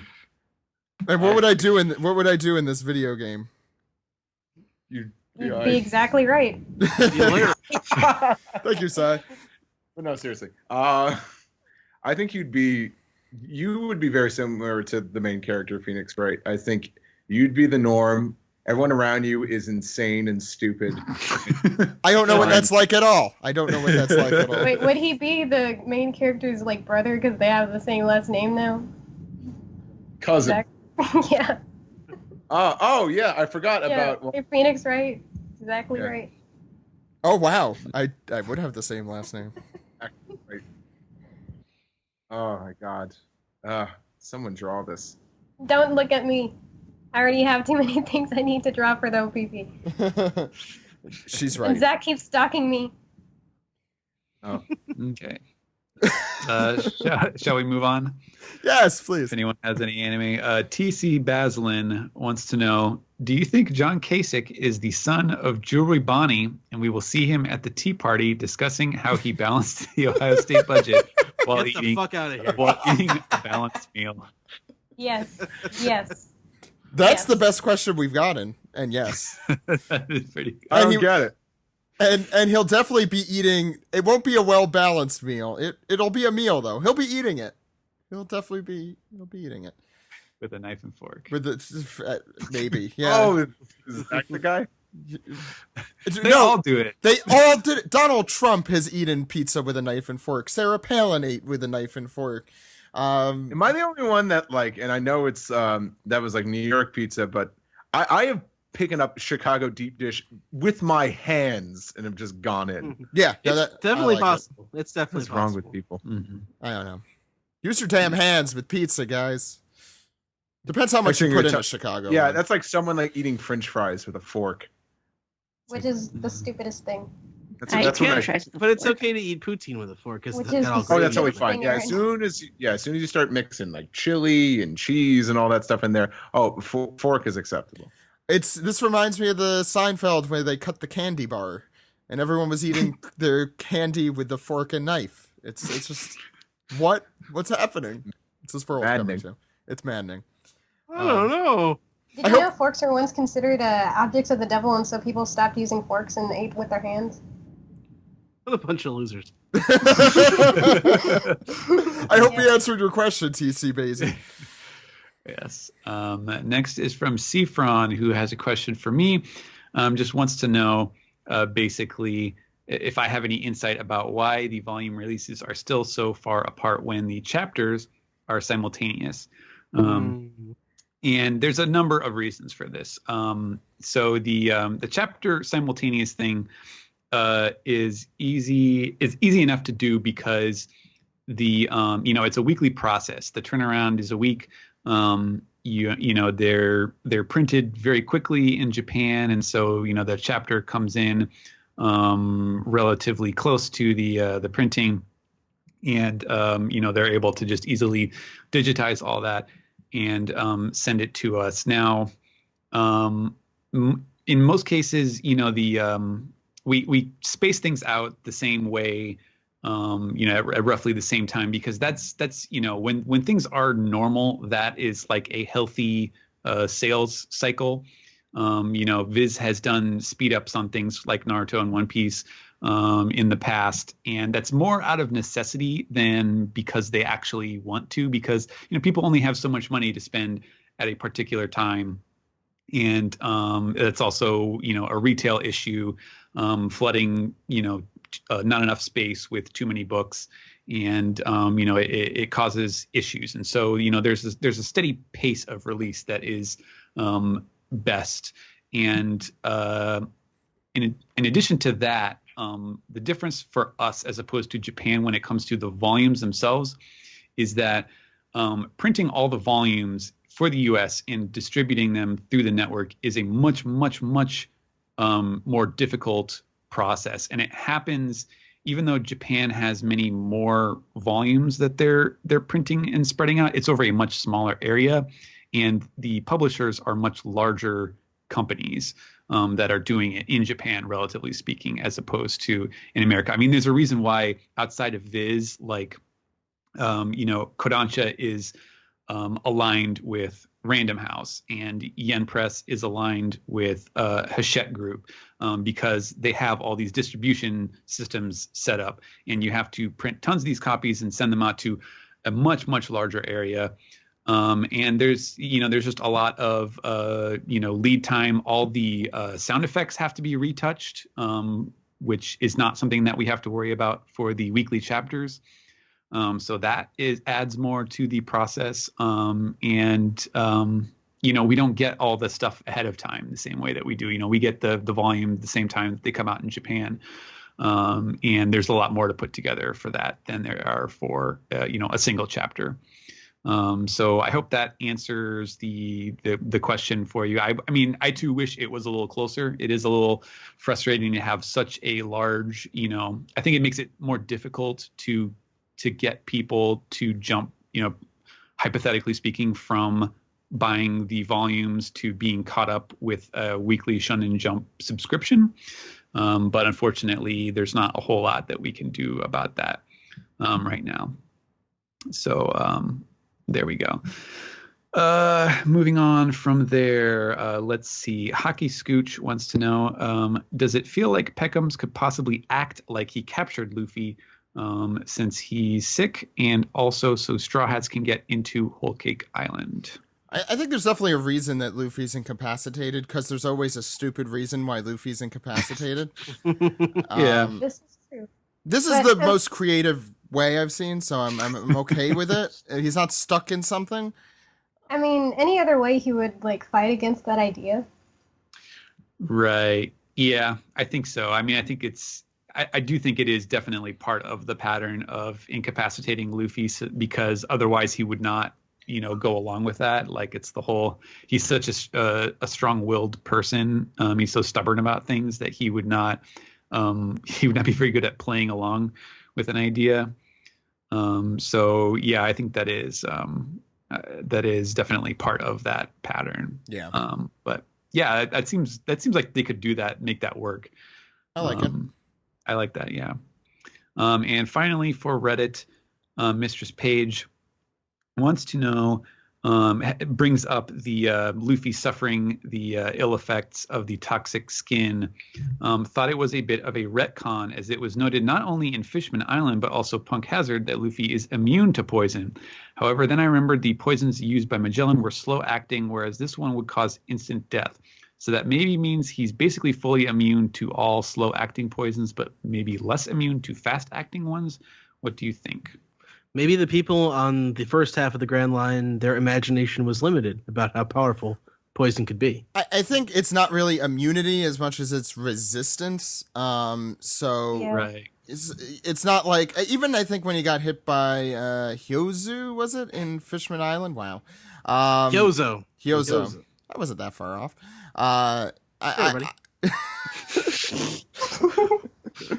Damn you. I don't think he was completely oh, I'm fine, or maybe he was, but he only got a little bit of it. But I think, it's just a resistance to it. I don't know. That did not need that much explanation. I'm sorry. Yeah. Well, I mean, Ivankov back in Impel Down said that if Luffy, even though he just got over, the poison, if he got hit with another attack by Magellan, it could still kill him.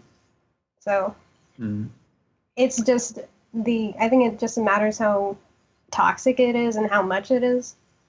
right. So in other words, it's whatever Oda wants it to be. Yeah. Yes. Thank you. Yeah, pretty sure. Yeah. That's it for Reddit. Okay. That means it's time, Ed, for Piece the Tweet! Yeah. It's time for Piece the Tweet. What do we got on Twitter this week, Ed? All right. First one comes from our very own Chow, who asks, when will you be releasing those mouse pads based on the podcast, guys? But seriously, folks, what One Piece merchandise would you like to have, whether real or something you want to see get released? Well, the male mouse pads actually got released, right? It was our April Fool's joke. Erin, that's correct, right? Yeah, we had a different part of the Yeah, male it wasn't the anatomy. booby. It wasn't the booby pads. No. Yeah. Yeah, we Those were talked funny. about this like a few weeks ago in the show. And it came Yeah, I out remember like that. just weeks later. It's nuts. It's pretty crazy. It's like they were watching us. Listening. some- Yeah, I remember hearing that rant Ed made too, because I was in the middle of a grocery store listening to it, and I could not focus on anything because I'm hearing him rant about dick jokes in my ear. Something that immediately came to mind, and they did release something like this, and I shamefully never threw down the money for it.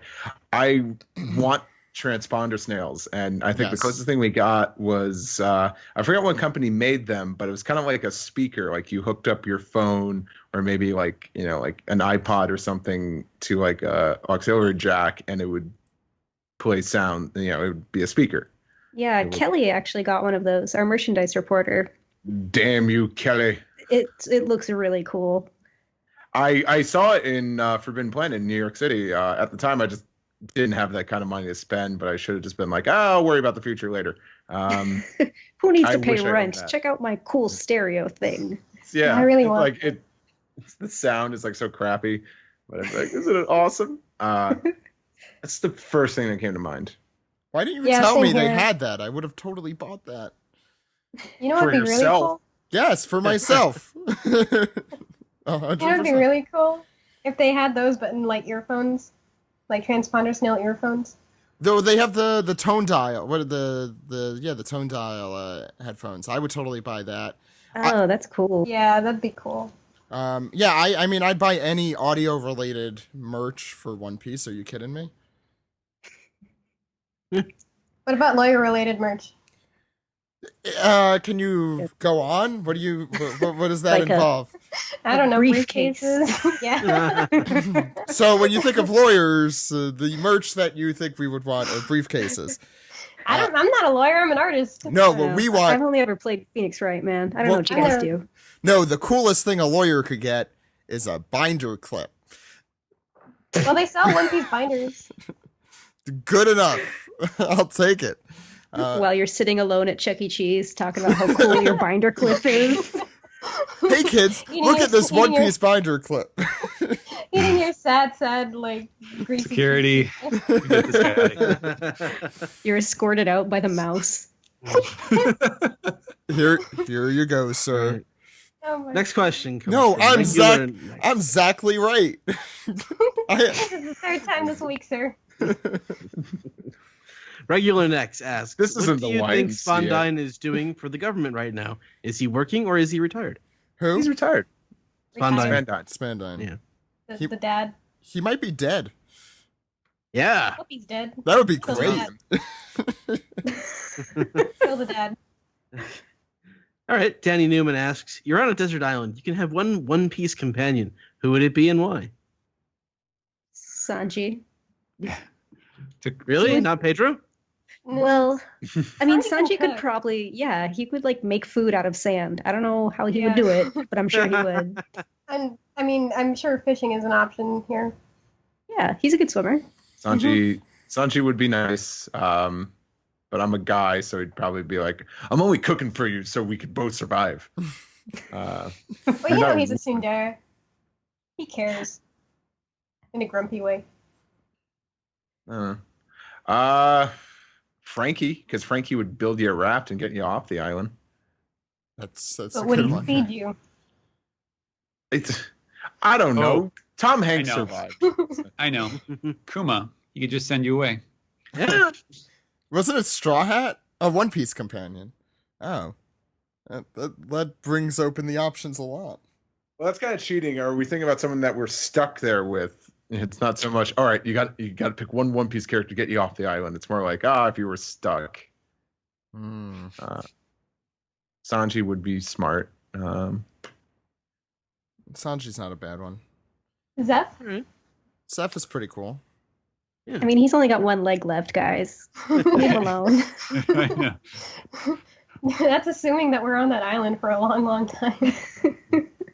Well, what if he was just like, he goes into immediate flashback mode. He's like, all right, we're taking the next one off. Just immediately hacks off. Well, his we leg. know exactly what it would be like to have Zeph on a deserted island with us, because that happened with someone else in the series. Yeah. Only he actually liked Sanji, so there's no guarantee Oh, that yeah. he would like us. We're That's true. screwed. He might just watch us like starve to death slowly. Yeah. All right, next question comes from Illusion No Me. If you were running for King of the Pirates, which 3 One Piece characters would you want to help you get votes? I didn't realize this was an elected It is an position. election. I don't think you run for that position. I think you take it by force. Luffy. Also, kind of sorry to go back to the previous tweet. I'm reading it now, and Danny Newman didn't say deserted island, but he said desert island. You mean like a desert island? So it's Fuck a me. Wait, desert, hold on. but there No. can be people on them. No, I forgot. You spelled dessert the different way. It would have been funny if that. No, I was the one that made the typo. Wouldn't that be Whole Cake? Wouldn't I'm that gonna just go be Whole sit in Cake the corner Island? now with Sai's cat. That's where we belong. No, leave my cat alone. She's already married to Sanji. Well, no, not yet. I mean, she's going to She's- be. yeah. I said he ain't gonna marry no cat. Oh. So, wait. So the question was, which delegates would you take with you to the contested pirate convention? Basically, Pirate Summit, as it were. Oh, you just shut up. Well, Nami has to be one of them because she'd probably be really good at politics, I imagine. I don't know. I'd get Hancock Pirate because she would politics. get all Yeah. the votes. Hancock's a good one. Luffy, I think, is a good one. Buggy. Yeah, but If we're would going for Luffy help charisma. you? Would Luffy help you or hinder you? Assuming Luffy would help me, I would pick Luffy. Otherwise, Lieutenant you know. Stalker You would get come in stuck right handy. before he solved your problem. Yeah. Guys, Lieutenant Stalker would come in handy. He'd get all the dirt on all the other candidates. Gotta pick Well, Lieutenant Stalker. Wouldn't, as much as I hate to say this, wouldn't Absalom be better at that? Mm-hmm. Yeah, but Stalker's in his name. Eneru would be good because he'd be able to see what everyone is saying. So, Enru would not support you. He'd kill you and everyone else and say, "I am God." Yeah. No, run for president. What is that? I don't care. And then he just fly back off to the moon and hang out So with his Eneru, Eneru is basically the Kanye of the One Piece universe. He is. Yeah.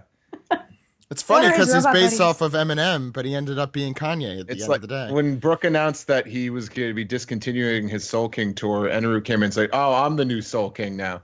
He's Kanyeru. Next question comes from the Polecat. It was digging the Zoe look in the anime. The color schemes are kind of funky. And what character are you most stoked to see animated in this arc? Like, Cat Viper all the way. Yeah. I think everyone's still Team Cat Viper. Yes. I'm such a dog person. It's really hard for me to make this switch. Trust me. The old the big sheep guy. Really? He's gonna look awesome. I like the Oh, way the he pillow has. dude? Yeah. The big sheep guy? I'll say Raizo.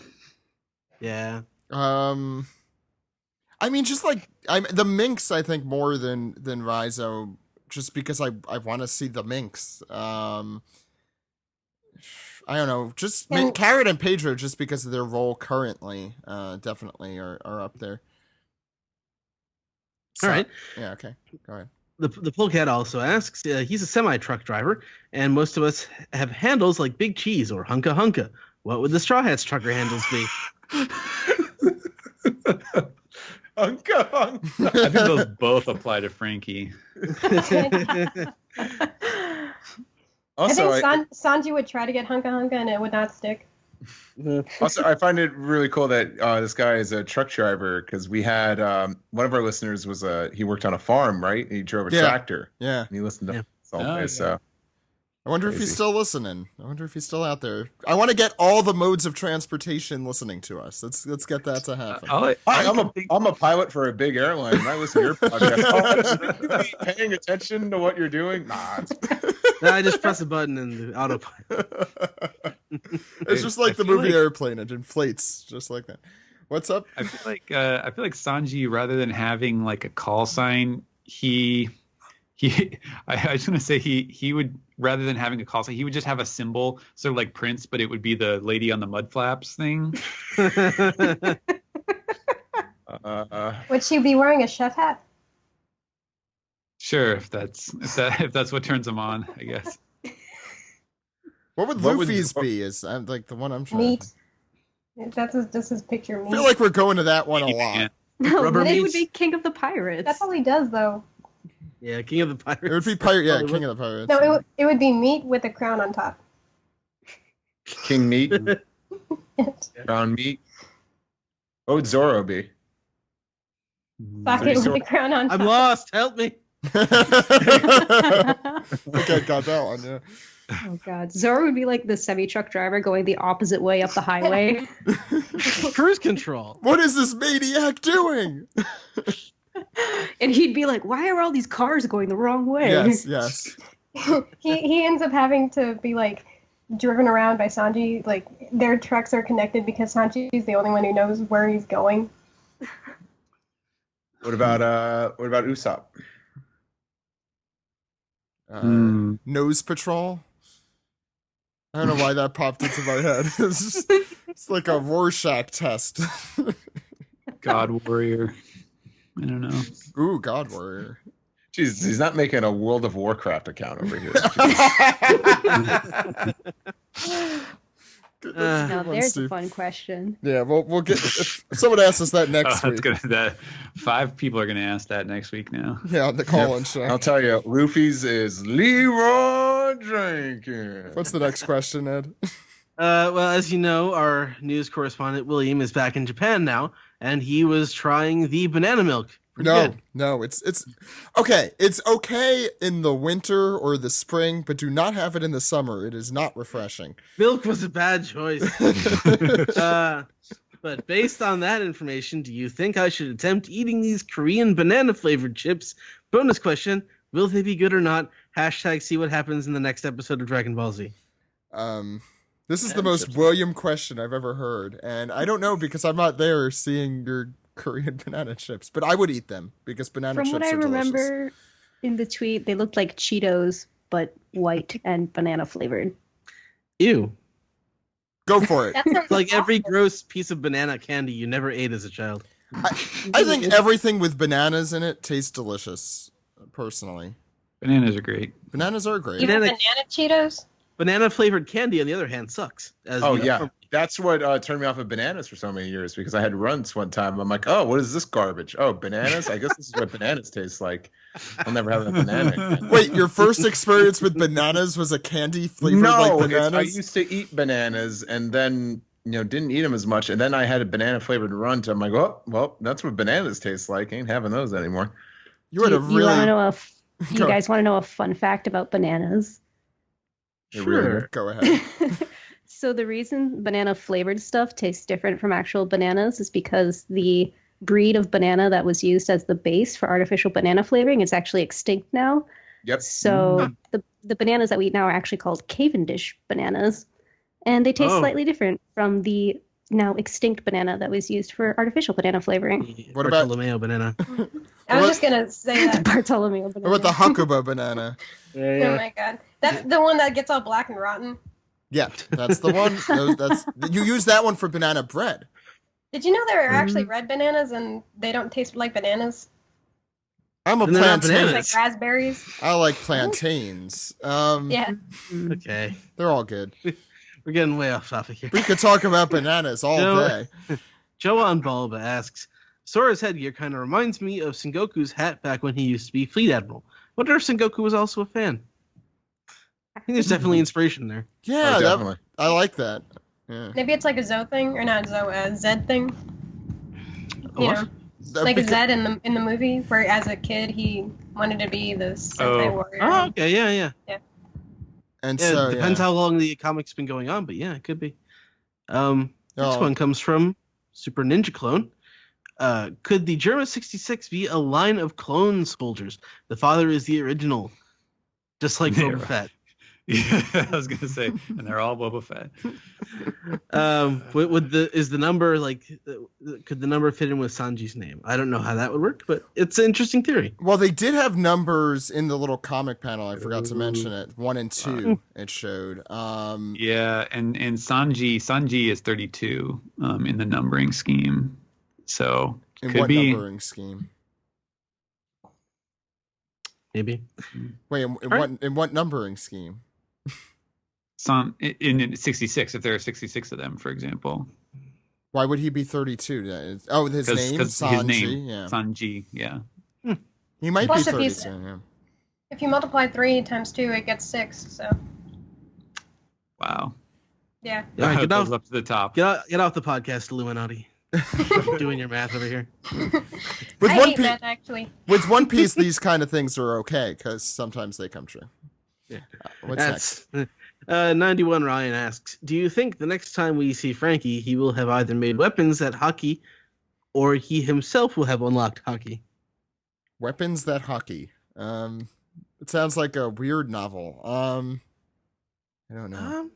I don't know. I think it would be more interesting if we saw the crew members each like develop hockey. At least the ones that don't have them right now. I don't don't know. think if any hockey Frankie would have, he'd have armament hockey. So like that's just part of the natural armament thing of being able to armor like your weapons or your fists. I don't know if you can do Or it his as a back. projectile. I don't know. I don't know. I wouldn't want to see everybody on the Straw Hat crew be able to use hockey. I just think that would be boring. I think at the end of the day they will. Bleh. But will that be in the current story, or will that be in like not a flashback, in the future? A flash An forward. epilogue. Yeah, flash forward. No, not a flash forward. Just like in the epilogue. Yeah, I think when they're Yeah. all super powerful, they will. Yeah. I don't think we're gonna see that for a while though. What's next, Ed? All right. H1 Ben asks, Sanji's brother has hots for big girls, sneaks Straw Hats in to steal the wedding and marry Lola, but marries the wrong identical sister. It's a really long headline. What? It sounds like an Owen Wilson movie. I think he means pudding, not Lola. Because Lola... Or No, does he I- think that the woman is Lola? I don't. I don't think know. he thinks that Sanju's gonna marry the Lola lookalike, and not pudding. But Nah. yeah. I don't really know what he's asking here. Try again next week, man. The Kaizoku Rufi asks, where do you guys suppose Sanji's beginning all his porno mags? Am I to believe there's some sort of porn coup? The question is, which bird would that be? Which kind of bird? Oh, Peacock. That was a quick and easy answer. Okay, Porn cock, yes. Oh my god. I'm not writing that one down. I'm not. That would be It's very like- hard for those birds to fly around, just so you know. The poor. Ooh. It like drops off the magazine and gives you a little wink and flies away. You owe us for that one, porn industry. It drops them off in an unmarked package. Discreetly. Very discreet. Watch. Yeah, a giant friggin' peacock is gonna fly to the ship, and that's not gonna be noticed. Yeah. Well, if the pornography industry in One Piece decides to cease putting nude photos in their magazine, then you're going to put a lot of seagulls out of work. So, What if it's called peacography? Peacockery? I'm Yeah. done. It's not pornography of the peacocks. The peacocks are the ones delivering. I know. News coup. Okay, last This one. is going to be an SBS question. Just saying. It will be. Go Yeah, ahead. well. All right, our very own Brian Newton, running off the piece of tweet. Seems like Phones Man Gotti has got some pretty admirable straw hat qualities to him, sticking up for his friends. Hashtag Phone for Alliance. No, shut up, Brian. No. But yeah, that's it for the piece of the tweet. Okay, thank you, Ed, for going through those with us. Good amount of piece together this week. Next week, remember, we are doing our live call-in shows. So if you have questions, call us, and we are most likely to answer your questions that way. Feel free to also send us your questions, all the normal means, but we may not be answering them because we'll mostly be answering phone calls. In addition, I would like to officially announce that the Zoe arc ended 2 chapters ago at 8:23. So Jill is officially our winner on this front, and we'll be Fuck. Yay! and we'll be picking our winner from you guys shortly, and we'll tell more about the prizes when that happens. So you'll get an email within the next week or two. So keep an eye on your inbox if you picked 823. With that out of the way, you guys want to round off? Yes. Yeah.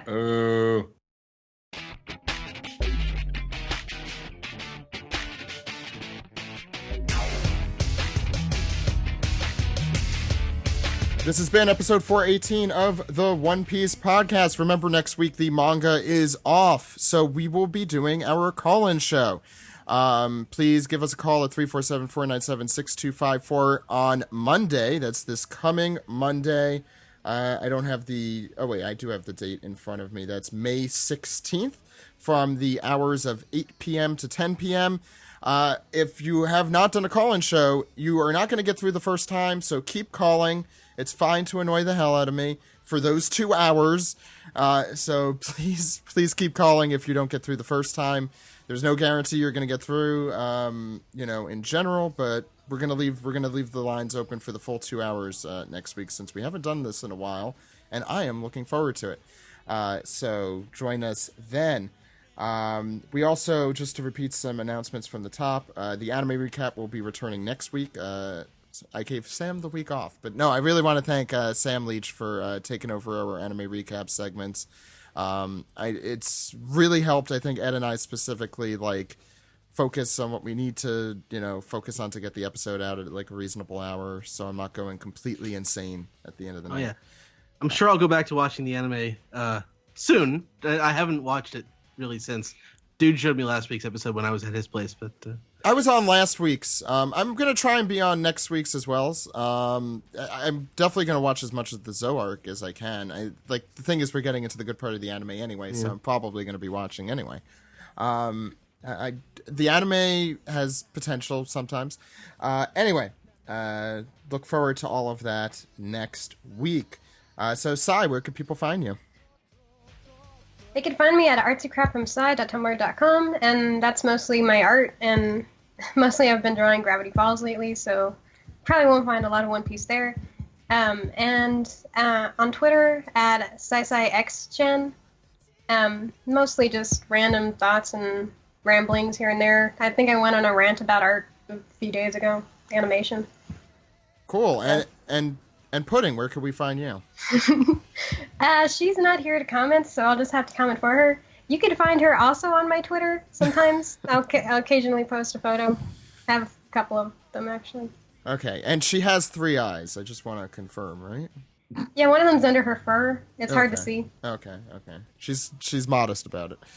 Speaking of a weird fact about Pudding, I found out yesterday. She likes watermelon. all right. Steven, where can people find you? You can follow me on Twitter at Translatosaurus. Just to give you guys a heads up, I'm not going to say for sure, but I will probably take next week off just to get a little break on Monday. If you have questions for me that you were planning to call in and ask, maybe check to make sure that I don't. For my Twitter feed, I'll post something on Monday if I'm going to come on or not. Just so you know. But yeah, you can follow me there, ask me questions, talk about whatever. Thanks. We usually announce our crew for the coming episode around Thursday, Friday, so keep an eye out on our Twitter as well if you want to see who you're going to be asking questions to. Erin, where can people find you? You can find me on Twitter, Tumblr, and Instagram at Amazing Bedhead, because I have really awesome bedhead. Yeah, that's where that comes from. I haven't posted a selfie lately because it's pretty bad in the mornings. But yeah, I spend a lot of time on Twitter because I have a boring desk job. I play a lot of video games. Right now I'm playing a really shitty dating sim on my phone, so you can expect to see a lot of weirdness on my timeline. But Did you find out what the question mark guys are? Because there was a wizard and a bunch of vampires. Yeah, there's a wizard, a bunch of vampires, a cook. What is I am happening right interested now? It's this really shitty, like, Korean dating sim, and it's so popular. It has like a 5-star rating on the Apple Store, but it's just the worst, and I can't stop playing it. So if you want to come talk about that, come follow me on Twitter. Steve, where can people find you on Korean dating sims? I'm the hunky tall guy with a dark past. Tall, dark, and hunky. Then Here's a hint. In the latest Tips and Tricks gaming magazine, I like sweets, so that's the way to my heart. Oh my god. Besides that, you can find me on pretty much all social media at Steve Yurko, all one word. That's like Twitter, Tumblr, Instagram, Ask FM. I'm on there too. Yeah, I still got my sale going on. I still have prints. If you want to go to my store, that's at steveyurko.storenvy.com. There still is that code. If you put in the word booty, that is BOOTY, booty, in your purchase, you'll get 25% off. Also, my next convention coming up will be Fanime in San Jose, and that's at the end of the month, Memorial Day weekend. So if you're going to be at Fanime, come find me in the Artist Alley. Thank you, Steve. Ed, where could people contact us? Well, Zach, you are Zach_Logan on Twitter. I am Edward E. Festizio. The podcast is at OnePiecePodcast.com, Twitter.com, YouTube.com, and Facebook.com/OnePiecePodcast. OnePiecePodcast@gmail.com is our email address. One Piece Podcast is our Skype name. OnePiecePodcast.tumblr.com for news updates and funny pictures curated by Jill. Reddit.com/r/OnePiecePodcast. Leave us some piece together there. You can subscribe on SoundCloud. You can subscribe on Google Play. And you can subscribe, rate, and review on iTunes or call us on our phone number. Zach? That phone number is 347-497-MAJI. Maji. That phone number. Maji. The phone number again is 347-497-6254. Call anytime. Anytime. With your questions, comments, theories, and anything else you want to send us. Again, next week is the call-in show, and I just want to make one last little plea, I guess. Please become a patron on Patreon if you could spare the dime, or in this case, the dollar, at patreon.com/OnePiecePodcast. We're going to be doing a lot of revamping and additions to it. We already have started. You can check out all our outtakes on there, and including some special little features, including I think this is 2 weeks ago, we did a special reading of the manga. So if you want to check all that out, again, it's patreon.com/OnePiecePodcast, and Jammer's really been helping us a lot with that, so I want to give him a big shout out there. And again, at the end of the month, there's going to be a lot of cool stuff happening there as well. So for the One Piece Podcast, my name is Zach. My name is Ed. And my name is Steve. We'll see you next week, everyone. Goodbye. Adios. Adios. Check it out, Mom. Anytime.